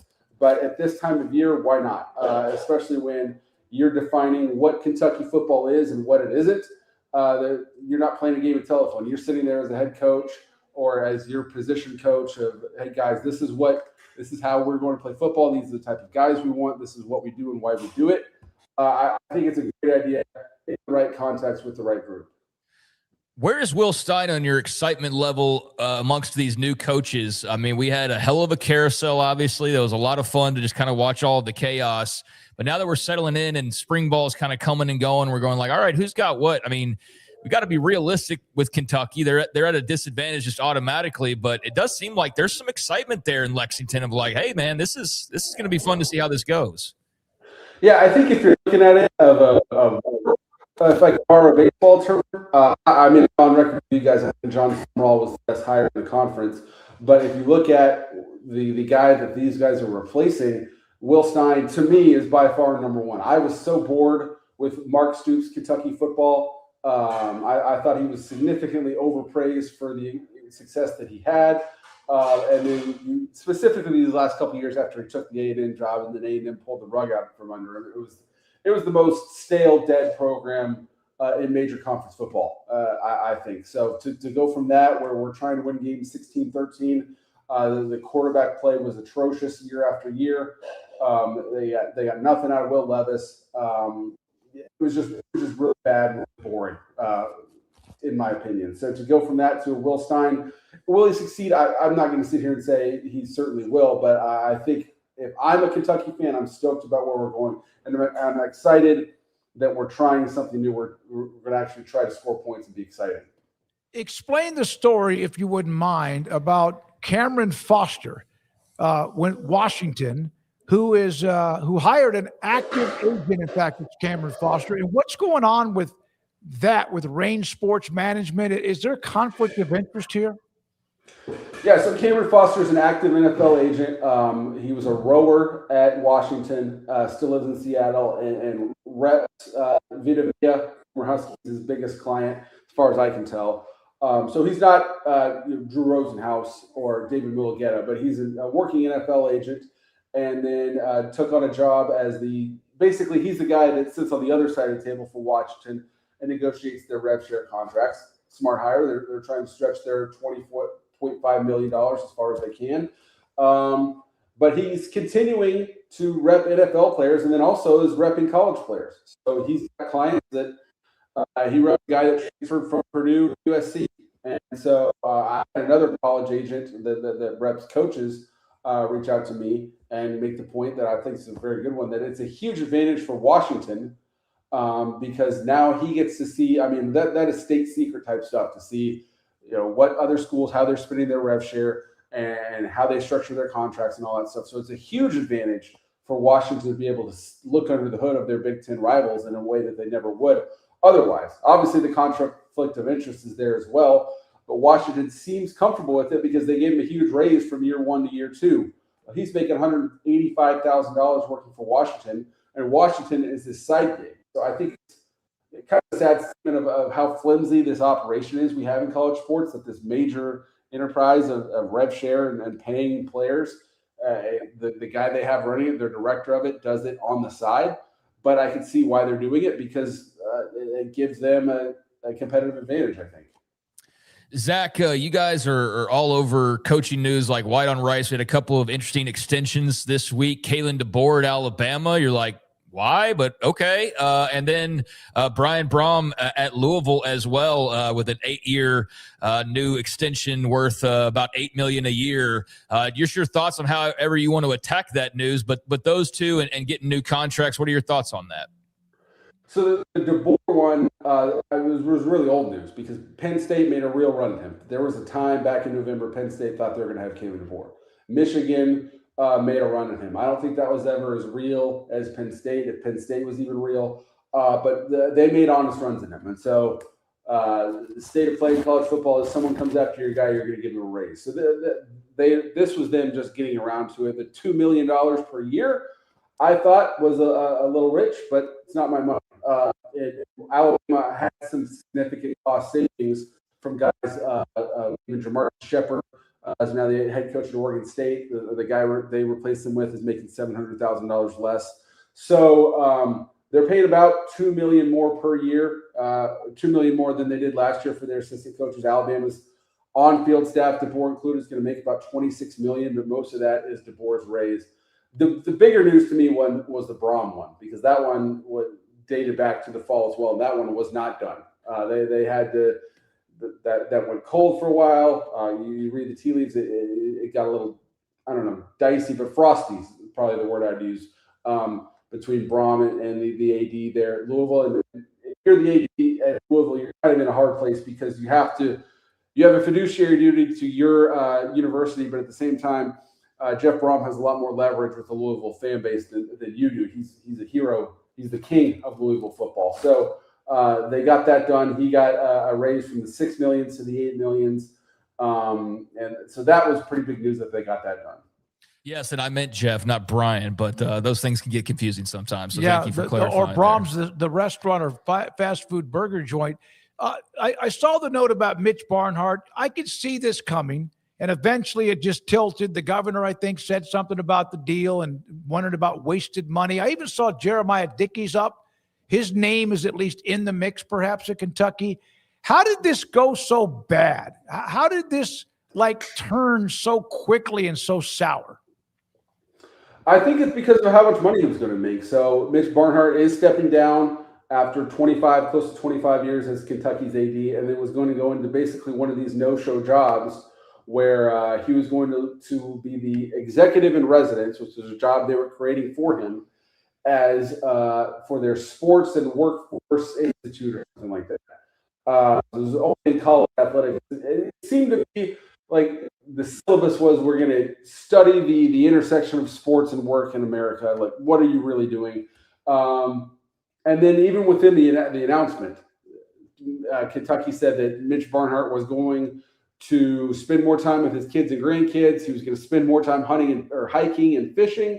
And then also he was going to work for us, which fine. But then he was going to make $950,000 a year for this part-time at best job and get 10 free tickets for his and his wife's lifetime to football, basketball, baseball games in Kentucky.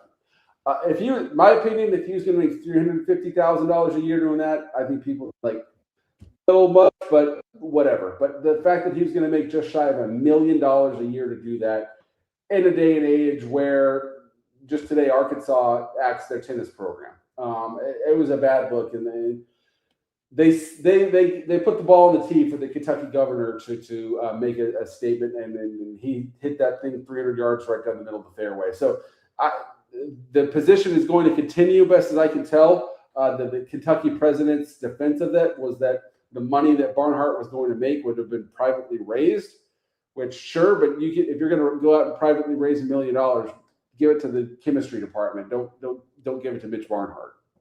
Yeah, that Arkansas story is interesting, Zach, because I know a lot of people have been warning. I mean, Cody Campbell said it. There's going to be sports that get cut if we don't change the way we're doing things, and kind of these ominous warnings. You're like, okay, well, it'll be fine. And then you do see tennis programs getting wiped out. And I don't know if it's the start of something that Arkansas is just a little bit ahead of the curve and everybody's going to follow suit. I know we've seen other programs shuttered, but what do you think we're walking into exactly? Do you think it's going to be that dire, or do you think it's just, hey, we're snipping here and there and it's not that major in the long run? I mean, I feel like I'm different than most people in that. And of course, I don't want to see any athletes lose opportunities, and I don't want to see any teams get axed, obviously. How much time did I ever spend thinking about the Arkansas men's and women's tennis teams? That is zero. But at the same time, no one wants to see people lose opportunities. But at the same time, the entire enterprise in college, the football team paid for the tennis program. And if the cost of no longer violating the football players' economics rights and paying them what they earn, because these guys put their bodies on the line, and most of them will not make significant money at the pro level. So these guys are entitled to their share of what their labor produces. And if the cost of that is the tennis program, yeah, I'm not going to sit here and shed a tear for that either. Now, if you're the University of Arkansas and you can't find, ultimately the tennis program is a rounding error. So I think this is a statement on Hunter Yurchuk needs to just be better at his job and find a way to keep his tennis program. There's no reason to me that Arkansas can't have, every SEC program should be able to afford a tennis team, a track team, swim team, on and on down the list. So that's not a great hot take. That's not a great soundbite for you guys, but I'm down the middle and I see both sides of it. Zach, this is kind of a wide open question in a way, but of coaches, the head coaches in football that are on seats that are warm, some of them are burning their ass. Has anyone not helped themselves, at least until we get to wins and losses this fall, that you think is firmly right in the middle of all that? That's a good question. I can't immediately bring someone to mind, but at the end of the day, we'll be 8 months from now when Fire will look back and say, okay, yeah, well, he made some poor hires, or his transfer portal quarterback was a huge bust. Speaking of now that I'm there, the news this week that Florida State is going to start Ashton Daniels. To me, that Mike Norvell is pre-fired. Ashton Daniels has been in college football for about 15 years, been the starting quarterback and lost the starting job at Stanford and Auburn. I think we have a lot of evidence that Ashton Daniels is a fine backup quarterback at the college level. He's not a guy that can win you games as a starting quarterback at the Power 4 level. So I think Mike Norvell's there's more than this, but Mike Norvell's the one to not be able to find a better quarterback than Ashton Daniels, I think, is the final nail in the coffin for him. Thank you, buddy. Appreciate it, Zach. Zach Barnett with us, footballscoop.com on Fridays, and will continue to be a part of many different stories he's written. Go to footballscoop.com. Many great stories about a lot of college football coaching, even the Kentucky story, which is an interim, was going to be an AD and Mitch Barnhart, who was going to get almost $1 million a year and every perk you could imagine, as if he was the AD, and Kentucky said no. Backlash, because it just didn't make any sense. Maybe he was on good terms, but when basketball's not doing well in Kentucky, you're never on good terms, no matter what you may have done prior to that. Well, he also signed a stupid NIL deal, and they just, wasn't running it very well. So I don't think it's a surprise. He just didn't get his sweet politician-like gig at the end of the road. So good. I'm glad that it didn't work out in his favor, because it doesn't sound like many Kentucky people felt that it should. And typically it does for guys like him. So I'm glad that they stood up, and that looks like it's not going to be the case anymore, because by the end of it, there were people begging him to leave based on how Kentucky had been set up, and particularly frustrations with the basketball side, as you mentioned. All right, we'll take a break here. We have CJ Fight at the top of the hour, and if he jumps in the portal a little bit earlier, we'll get him on. But we also want to look at the best available players in the draft tonight and spring games that are coming up. In fact, let's do that, Rez, now. With the spring game schedule this weekend, here are the teams that, again, a lot of teams are done. They're done. Here are the ones who are playing this weekend. Notre Dame will be on the Peacock Network. You have Arizona, Arkansas, Baylor. It's not really a spring game. It's going to be like a lot of other schools. It's kind of like what they call a fan fest. They'll practice or whatever, and then sign and greet and all that. Iowa State, Minnesota, Oregon, and also Penn State with Matt Campbell's first year with the Nittany Lions.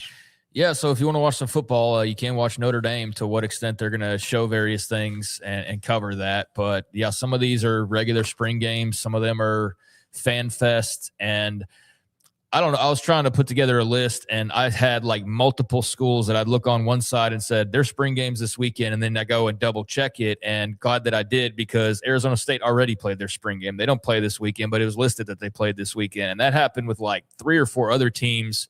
So I double checked as best I could without spending like hours on this, because ultimately it's not that big of a deal. But yeah, I'm pretty sure these are all this weekend. And beyond that, there's a lot of, I guess, just dates that changed and didn't get followed up on or corrected or whatever. But yeah, I'm pretty sure about all these. And this is basically it for spring ball. I mean, there's maybe a couple stragglers last week and the week before were pretty big weeks, but we're down to the nitty gritty, and spring ball is about to wrap up here in the next couple of weeks or so. Oregon, this is from On3. Spring Storyline, Dan Lanning's program, has won 26 games over the last couple of years, with Dante Moore back in Eugene for another year, putting the NFL on hold. Expectations, of course, are sky high for the Ducks to contend for a national title. The Ducks beat out Texas Tech for Minnesota transfer safety Coy Parrish. He's really, really good. Had 6 interceptions a couple of years. Widely viewed as the top returning safeties in college football, to see what we see from him on the whenever you can find video, or again, but Notre Dame will be on Peacock. I'm gonna sneak up and watch a little bit of that. Want to see CJ Carr, how much he might play. When we come back, CJ Fight, defensive lineman from Tatum High School in Texas, Deep East Texas, has been really good at Arizona State. He joins us next, and this is the Smoke Show on 365 Sports. It's time to compete against yourself, finding too many excuses not to work out combined with bad eating habits, and Waco Regional Tennis and Fitness can help reach inside your competitive soul. Discipline, getting results you've only dreamed about, personal training, group exercise classes, and even a tanning bed, world-class tennis facility, and pickleball courts and lessons available. Waco Regional Tennis and Fitness, spacious, clean workout rooms, free weights, state-of-the-art technology, weight training equipment, and no intimidation. It's time for you to react today, not tomorrow, at Waco Regional Tennis and Fitness on Lakeshore Drive in Waco.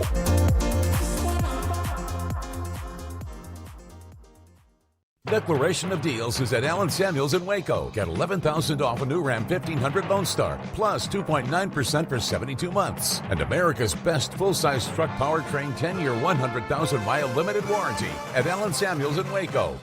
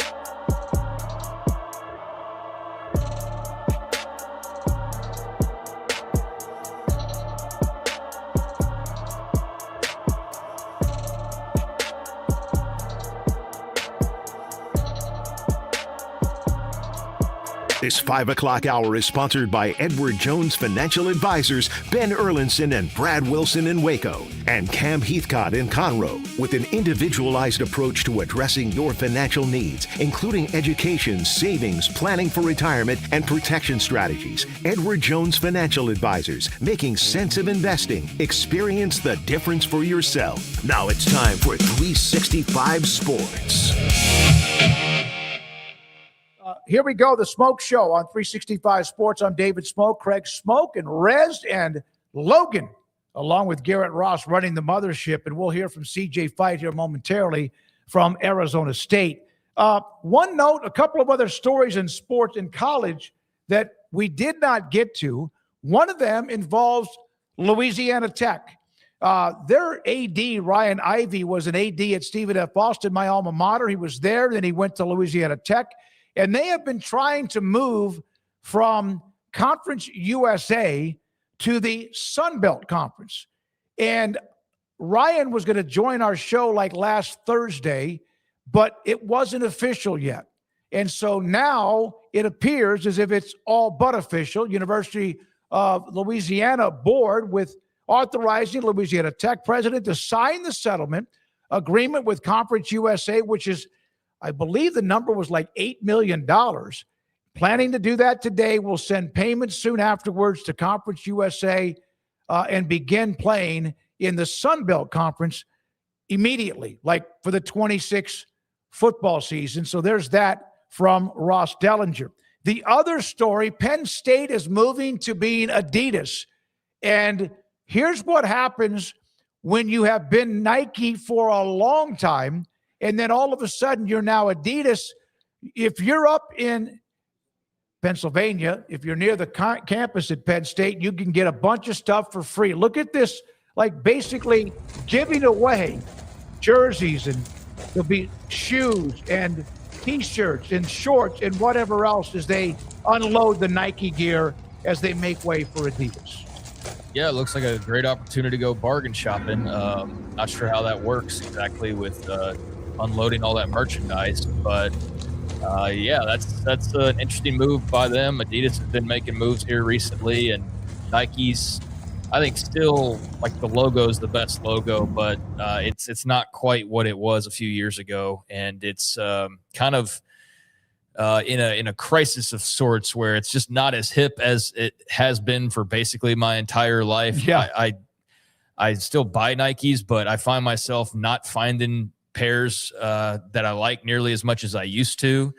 Whether it's the colorways that they use or what, but man, it's hard to just find like a old pair like red and black Air Maxes without having to like customize and do all sorts of things. And yeah, I've just seen kind of that Nike sentiment where people are wearing more of like On or gosh, what's a couple of the other brands that are out there that have become popular? Like, was it like Hoka or something like that? And I've seen the rise in those types of shoes, but Adidas has had a little bit of a resurgence. So yeah, getting Penn State, that's a big brand. They've been hit or miss with college stuff, but they've got Texas Tech, obviously, and they've had Notre Dame. So they got Nebraska, I think, is Nebraska. I think, was it Kansas is Adidas, I believe, or was like I'm trying to remember now. But yeah, I mean that adding Penn State, that's a big get for them. Yeah, I don't keep up with that. I guess maybe we'll mention it occasionally, but they're dumping out a lot of it if you're in that area, and I know some of you might be because we have viewers all over the country in every imaginable city we could think of that's a college town. So are they maybe actually, by now it's probably already gone. So they're just letting people walk in there and grab what they want? Oh, I don't know. It might be like $1 a piece. I highly doubt that. I would imagine they're not throwing away a bunch of free Nike gear for $1 a piece or just handing it out. So I'm sure they're making some money there, but making money is the name of the game. That's why you sign a deal with Adidas like Penn State did. The rumors are it's around $300 million for 10 years or such. And so that's another avenue of revenue that people are tapping into and trying to get the most bang for their buck any way they can. And for a long time, that has been the merchandising. But I think even more important now is to really maximize those lanes as best you can. So it looks like Penn State's doing that.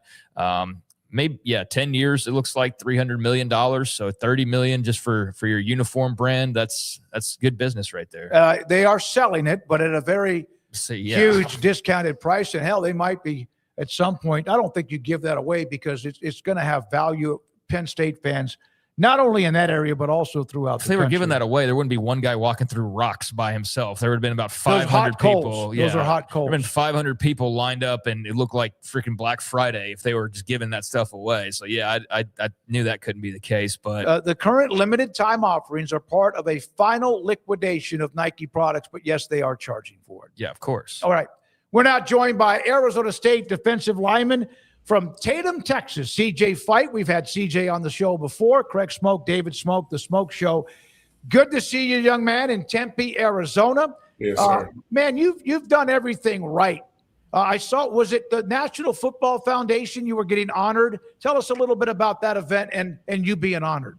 Oh, yeah, it was cool. I got there. Well, at first, my DJ Foster had talked to me to tell me about what it was. Then I got on the phone with Braden, and he had told me some more about it. And then when I got there, they gave me a suit. I got there. It was it was a nice deal. You see all the people who've been through it. I saw Jake Plummer, Terrell Suggs. It was a lot of guys that you just kind of look up to. Pat Tillman was even a part of it. So to be associated with those guys, it was a blessing. So yeah, it was a cool experience too. So speaking of some ASU fraternity members, a couple guys that are no longer like Sun Devils currently, but that are now in the NFL that you got to see last night, and Jordan Tyson and Max Ionichor. What was that like, CJ, to see a couple of your teammates get the big first round pick, I guess, presentation and this new opportunity in life? Oh yeah, it's so cool to see. When we first saw JT get drafted, we had like a little draft party in the team room. Some of the guys came, so we were all in there watching, and then we saw him get drafted, and then just seeing the emotions and just like, because people don't understand just like where he's come from, how far he's come, and like his faith and his abilities of football. So like just to be able to see like him like be picked among the best at one of the highest positions you can, it's so cool to see. Like I'm so happy for him. And then Max, like that's my dude.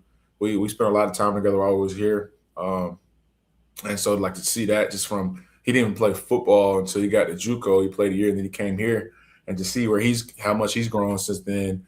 It's just crazy to see. Like I've been around those guys for so long. Like I've been with them for like, I guess almost every day for 3 years now. Mm-hmm. So just to see them be able to live out their dreams, it's a blessing. It's motivational as well, just to be able to see that. Ionichor, how long did it take you, CJ, to learn how to say his last name correctly? When he first got here, I did not know how to say it.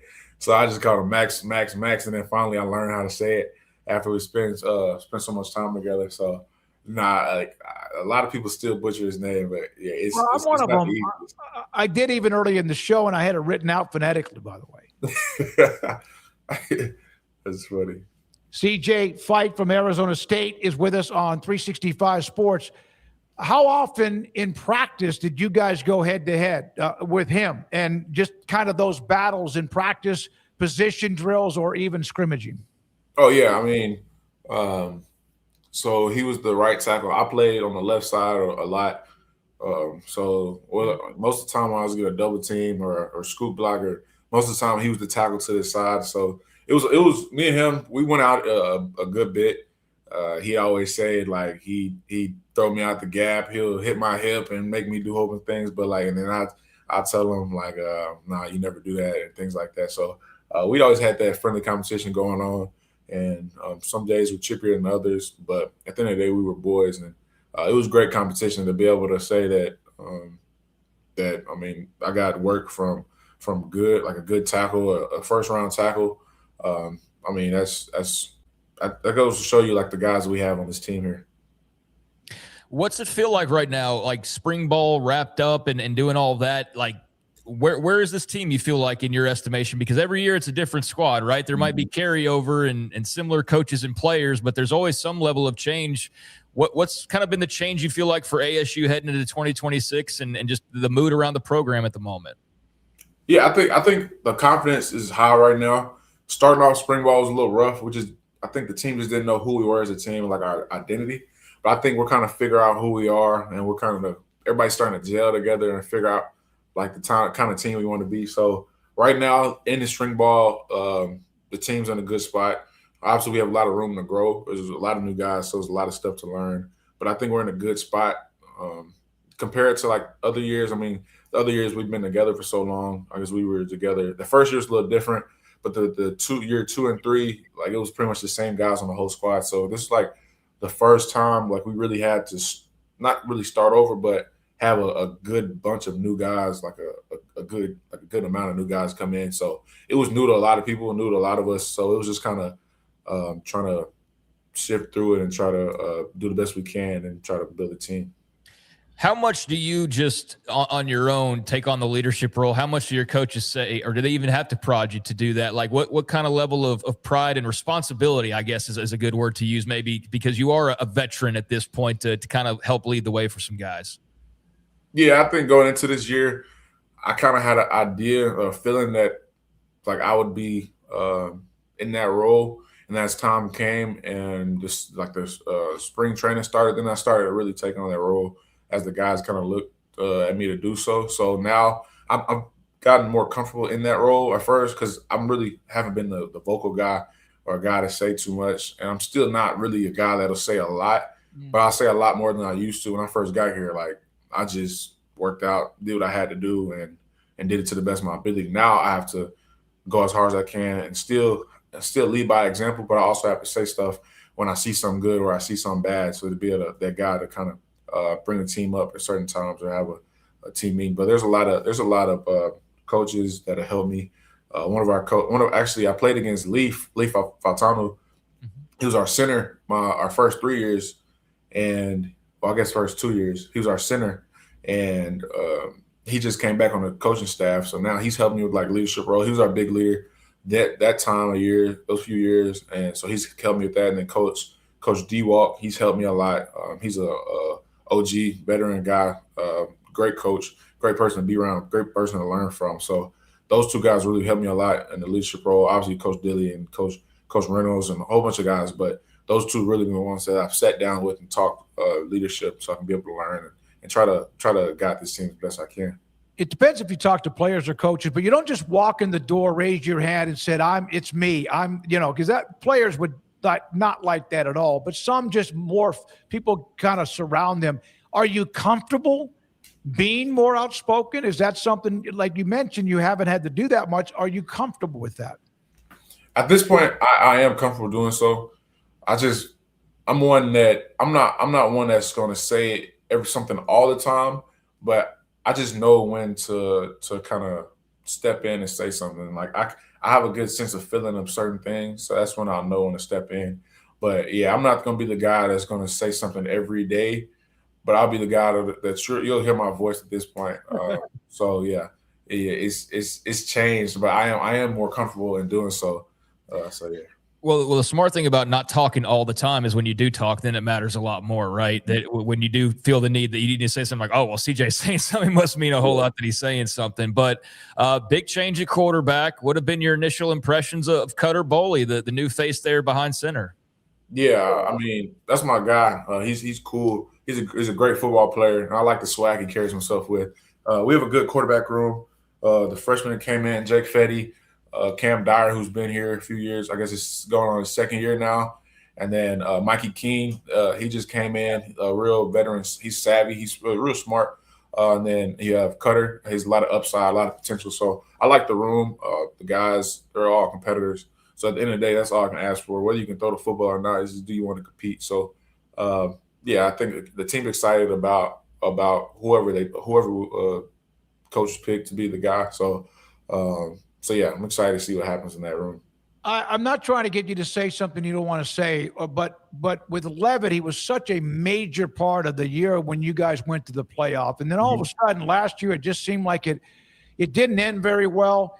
Was that a distraction at all? And is it nice to maybe you'd like to have his talent, but to kind of start fresh? No, I wouldn't say it's a distraction. At the end of the day, we're all family. That's our guy. So he had to make decisions best for him. But, I mean, people kind of have a bad taste in their mouth on the outside just from they feel like he just went away. But at the same time, everybody that gets hurt, is usually not around the facility too much. But just because it was him, then it kind of brought light to it. And then people don't realize the other situations that's been like that before. So it was just once you're at a certain spot, in a certain spot, people know you. The people are going to pay more attention to you. So, yeah, he was just kind of set up in a bad situation. But yeah, it wasn't a distraction. There's no love lost between. I don't think anybody in that building. So, yeah, I think he just made the best decision for himself, and he just did what everybody else does when you're injured. So, what's your favorite part of playing for Kenny Dillingham? Having fun. When I first got here, he talked about having more fun, working harder than anyone else in the country, and I truly feel like that's what we're doing here. Every day is so much fun, whether you're in your position room, whether you're on the football field. I know one day at practice we were doing, it was the week of the Masters, and we were playing golf. I had to do a chip shot in practice, and it was like a team comp. So just things like that. People might not think it means a lot, but to us, that's just what we do. We truly try to find ways to have fun. And even if we're just playing football, football is supposed to be fun. So like just playing football in itself is having fun, then having that energy as well and feeding off of the people around you. You have no choice but to have fun here. So I think just having fun, like working hard and just being like how it really is. Like he'll tell you the real. He's very truthful. He's just real. Like the truth.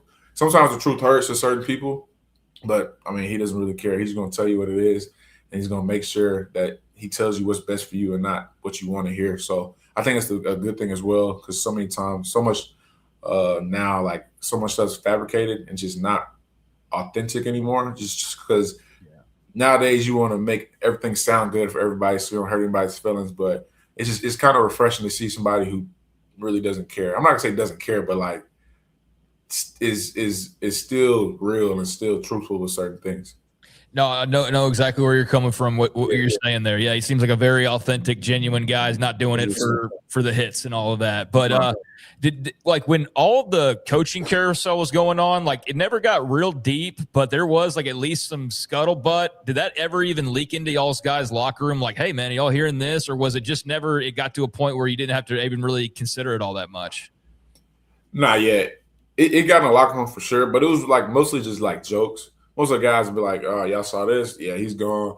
But, like, we all knew he wasn't going anywhere. At a certain point, he was just doing it to kind of get a little more for us. So he was – so he just didn't want to say anything. And he said that in the media at one point. So I'm not spilling his secrets. But yeah, he also came in. I guess when I think it was the LSU job opened up. I think it was the LSU job. He had came in because – there's like a lot of rumors going around. He came into every room and said, I'm not going anywhere. I'm here. Like this, I'll be here. And so he just kind of reassured everybody as well. So nobody really was scared at that point. It was more like people on the outside just didn't know, I guess, who he was. Like he's a lifer. He loves it here. So I'm sure like certain circumstances may change things, but I mean, he wants to be here. He wants to be here for the rest of his life. So I think that's reassuring in itself. Yeah, he like right down the street, family, he's there. Does anybody on the team try to mimic how he talks to the team or in press conferences after practice? Does anyone try to beat Kenny Dillingham, and can they? I think a few people have. I can't really remember. Well, we had like a talent show one day, and somebody was impersonating him. I guess it was one day he had a team meeting, and he's real passionate, so he had cried about something. So somebody came back and tried to reenact that in a talent show or like a comedy day. It was during fall camp. We have like different days, so it was like a comedy day. And then I think somebody did that. I forgot who it was, but they tried to get everybody to laugh at that one. I don't know how happy he was with that one. He kind of has this look. It's like the same guy every time, but he's kind of a little bit of wide-eyed, but he is so fired. Sure, yeah, no he's question. energetic for sure. And has done such a great job there. Yeah. You were a great player in high school. That's where I got to know you. You know, you have family that your mom and dad are very involved in everywhere you go and have traveled all over the country.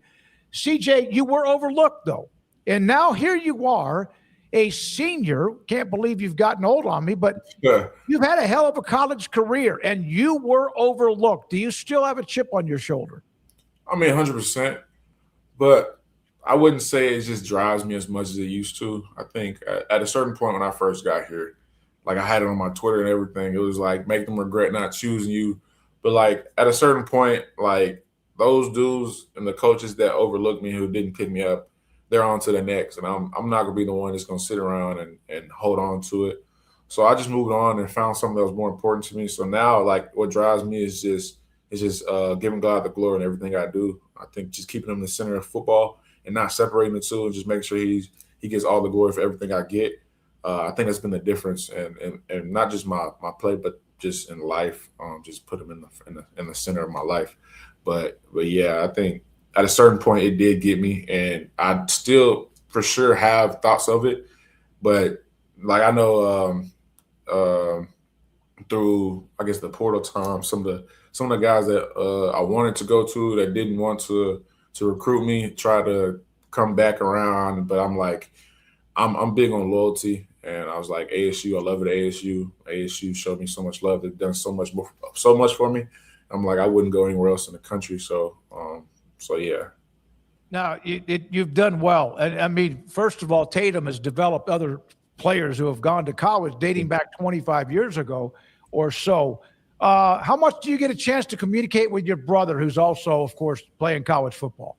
Yeah, I was just on the phone with him yesterday, him and my sister. We have like a sibling group call. We call the whole family group call also. So we talk as much as we can. I always have busy schedules, so sometimes we won't catch everybody on the call, but we'll catch one or two at a time, or just my brother, just my sister. So yeah, we catch up. We catch up a good bit. We try to keep in touch as much as possible. We text in our group chat, send like videos, call each other. So yeah, he's having fun over there. He loves it over there. He's up to 275, so he's getting big. I remember when he first got to SMU, he was not even 220, maybe even 210, and now he's 275. And see my dad sends me a lot of videos of him, like seeing him do stuff. Like he just looks like a different person, different like human being, like different football player. And like just to see his growth as well, it's crazy to see. But I'm excited for this year to see him get on the field, see him do some special things. Yeah. CJ, I know you got to run, man, but I'm sure we'll probably, hopefully, Lord willing, talk to you like Big 12 Media Days or something this summer and talk more about the season. But you excited? Like, I don't know how much you've looked ahead, but couple trips back to your home state of Texas. Have you paid attention to that at all, getting to play in College Station and Lubbock coming up? Yeah, those games are circled for sure. I mean, obviously, you want to stay focused on your feet, like stay where your feet are, just stay focused on right now and like the day. But like obviously you do look ahead and you do kind of take a glance and then get back, look back down. But yeah, A&M for sure. East Texas, everybody loves A&M. So there's a lot of A&M fans and Tatum or East Texas in general. So to be able to play there, and whether the Tatum people are for ASU or A&M, just to be able to see the guys and have them, let them be able to watch me. I know Cade, one of my teammates, Cade Holder, he goes there now. So that was kind of cool. I think he texted me about the game, but I know he's going to be there. But yeah, that game's going to be fun for sure. And playing Texas Tech, those games are always fun. That first year and then the year last year. And I'm excited about this coming year. But yeah, I'm excited about the Texas games for sure. We did have you. We saw you at Big 12 Media Days last year. Can't wait to do that again in July. Brian Carrington, my last question, a major part of what he's done with your recruitment and others. Keith Abney II, who might get drafted tonight. We had him on a couple of weeks ago. Another Texas guy, kind of a gem that people didn't know enough about. How much has Brian Carrington meant to Arizona State's roster development? BC is special. He's a guy who's just been grinding since he came up. He started off, I think at Houston, was it? Yeah, he started off and he's just been climbing the ladder. I think now he's at the assistant head coach after he coached cornerbacks last year. And at first, people just looking as a recruiting guy, but he's really more. He's so versatile and he's just real. He can connect with people. I think it's the biggest thing and why he's such a great recruiter. It's just people just connect with him and people relate to him. He's just a real person that you want to be around. He's hilarious. Also, you see him around the facility here. Him and Clayton Smith, they go at it a lot. If you see them together, they're going to be cracking jokes on each other and just making everybody laugh around him. So yeah, I think he's just a real person that's very just able to do a lot of things. He's intelligent. That's one thing. I had so many talks with him and like the words he uses and like how he talks. He's an intelligent person who's real and funny. So yeah, I think it goes a long way in the recruiting process, and he's done so much for this program. I'm going to put up the image of your camp in mid-May. You go back home and have your football camp fight to the top. Thank you, buddy. Good to see your face. You're doing everything so well, academics, football, and we'll hope to see you in Frisco, like Craig said. Thank you for your time. Have a great weekend. Yes, sir. I appreciate y'all. Thank you. CJ Fight from Tatum High School, hell of a player, active. It's hard to block him. I think I told you this story a couple of times with him, is that I know for a fact that Eric Mateos, who at the time was an offensive line coach at Baylor, was recruiting him. But the height or size or whatever was not something that at the time Baylor felt was a match. Well, he's now going to be a 4-year, not starter, but a 4-year player, a senior this year at Arizona State. Well, everybody's got their style of player that they're looking for, and every style is not for every coach. And I think Eric Mateos has been okay since then. But yeah, hindsight's 2020. Oh, he wanted him. He was the one. So it wasn't him that Yeah, called no, it. So, no. but yeah, so clearly Aranda or whoever made the call to not go that route. And yeah, the way he's turned out so far as a college player, they made a mistake. They absolutely could use him. Absolutely, probably the best player on their defense right now, actually. Because he's one of the best players in the Big 12 coming back next year. And ASU is also pretty good. So that's definitely a miss by the Bears, but it was a miss by a lot of schools in Texas because he's all the way out in Arizona, and he's a big part of them having that Texas pipeline that they've developed over the last few years. So great young man to talk to. I think we'll be talking about him in the NFL draft at some point down the line, sooner rather than later. And yeah, just cool to touch on a lot of topics from him playing in Texas a couple times this year. They got the big Kyle Field road game early on, and then they go to Lubbock. So that'll be a monster matchup in both cases, and I'm sure he'll be ready to show out. But I do have so yeah, great to talk to CJ, and great to talk a little Arizona State there. I do have a piece of news before we go here. That's interesting. So from Pete Thamel, and this isn't like earth-shattering, but it's interesting. Dan Radakovich set to retire as a Miami athletic director, and the Canes are reportedly targeting Michael Yormark, president and CEO of Rock Nation Sports International, the twin brother of Big 12 Commissioner Brett Yormark. So, yeah, Wow. Miami looking at Michael Yormark as potentially their next athletic director, has deep ties to South Florida or in South Florida, and has drawn the interest of top school officials. So there you go. All right, so good nugget to close out on. We do appreciate everything. We have wheel today. We had no poll questions or quizzes. I had a couple of questions I asked in the chat room. And let's spin the wheel with Rez and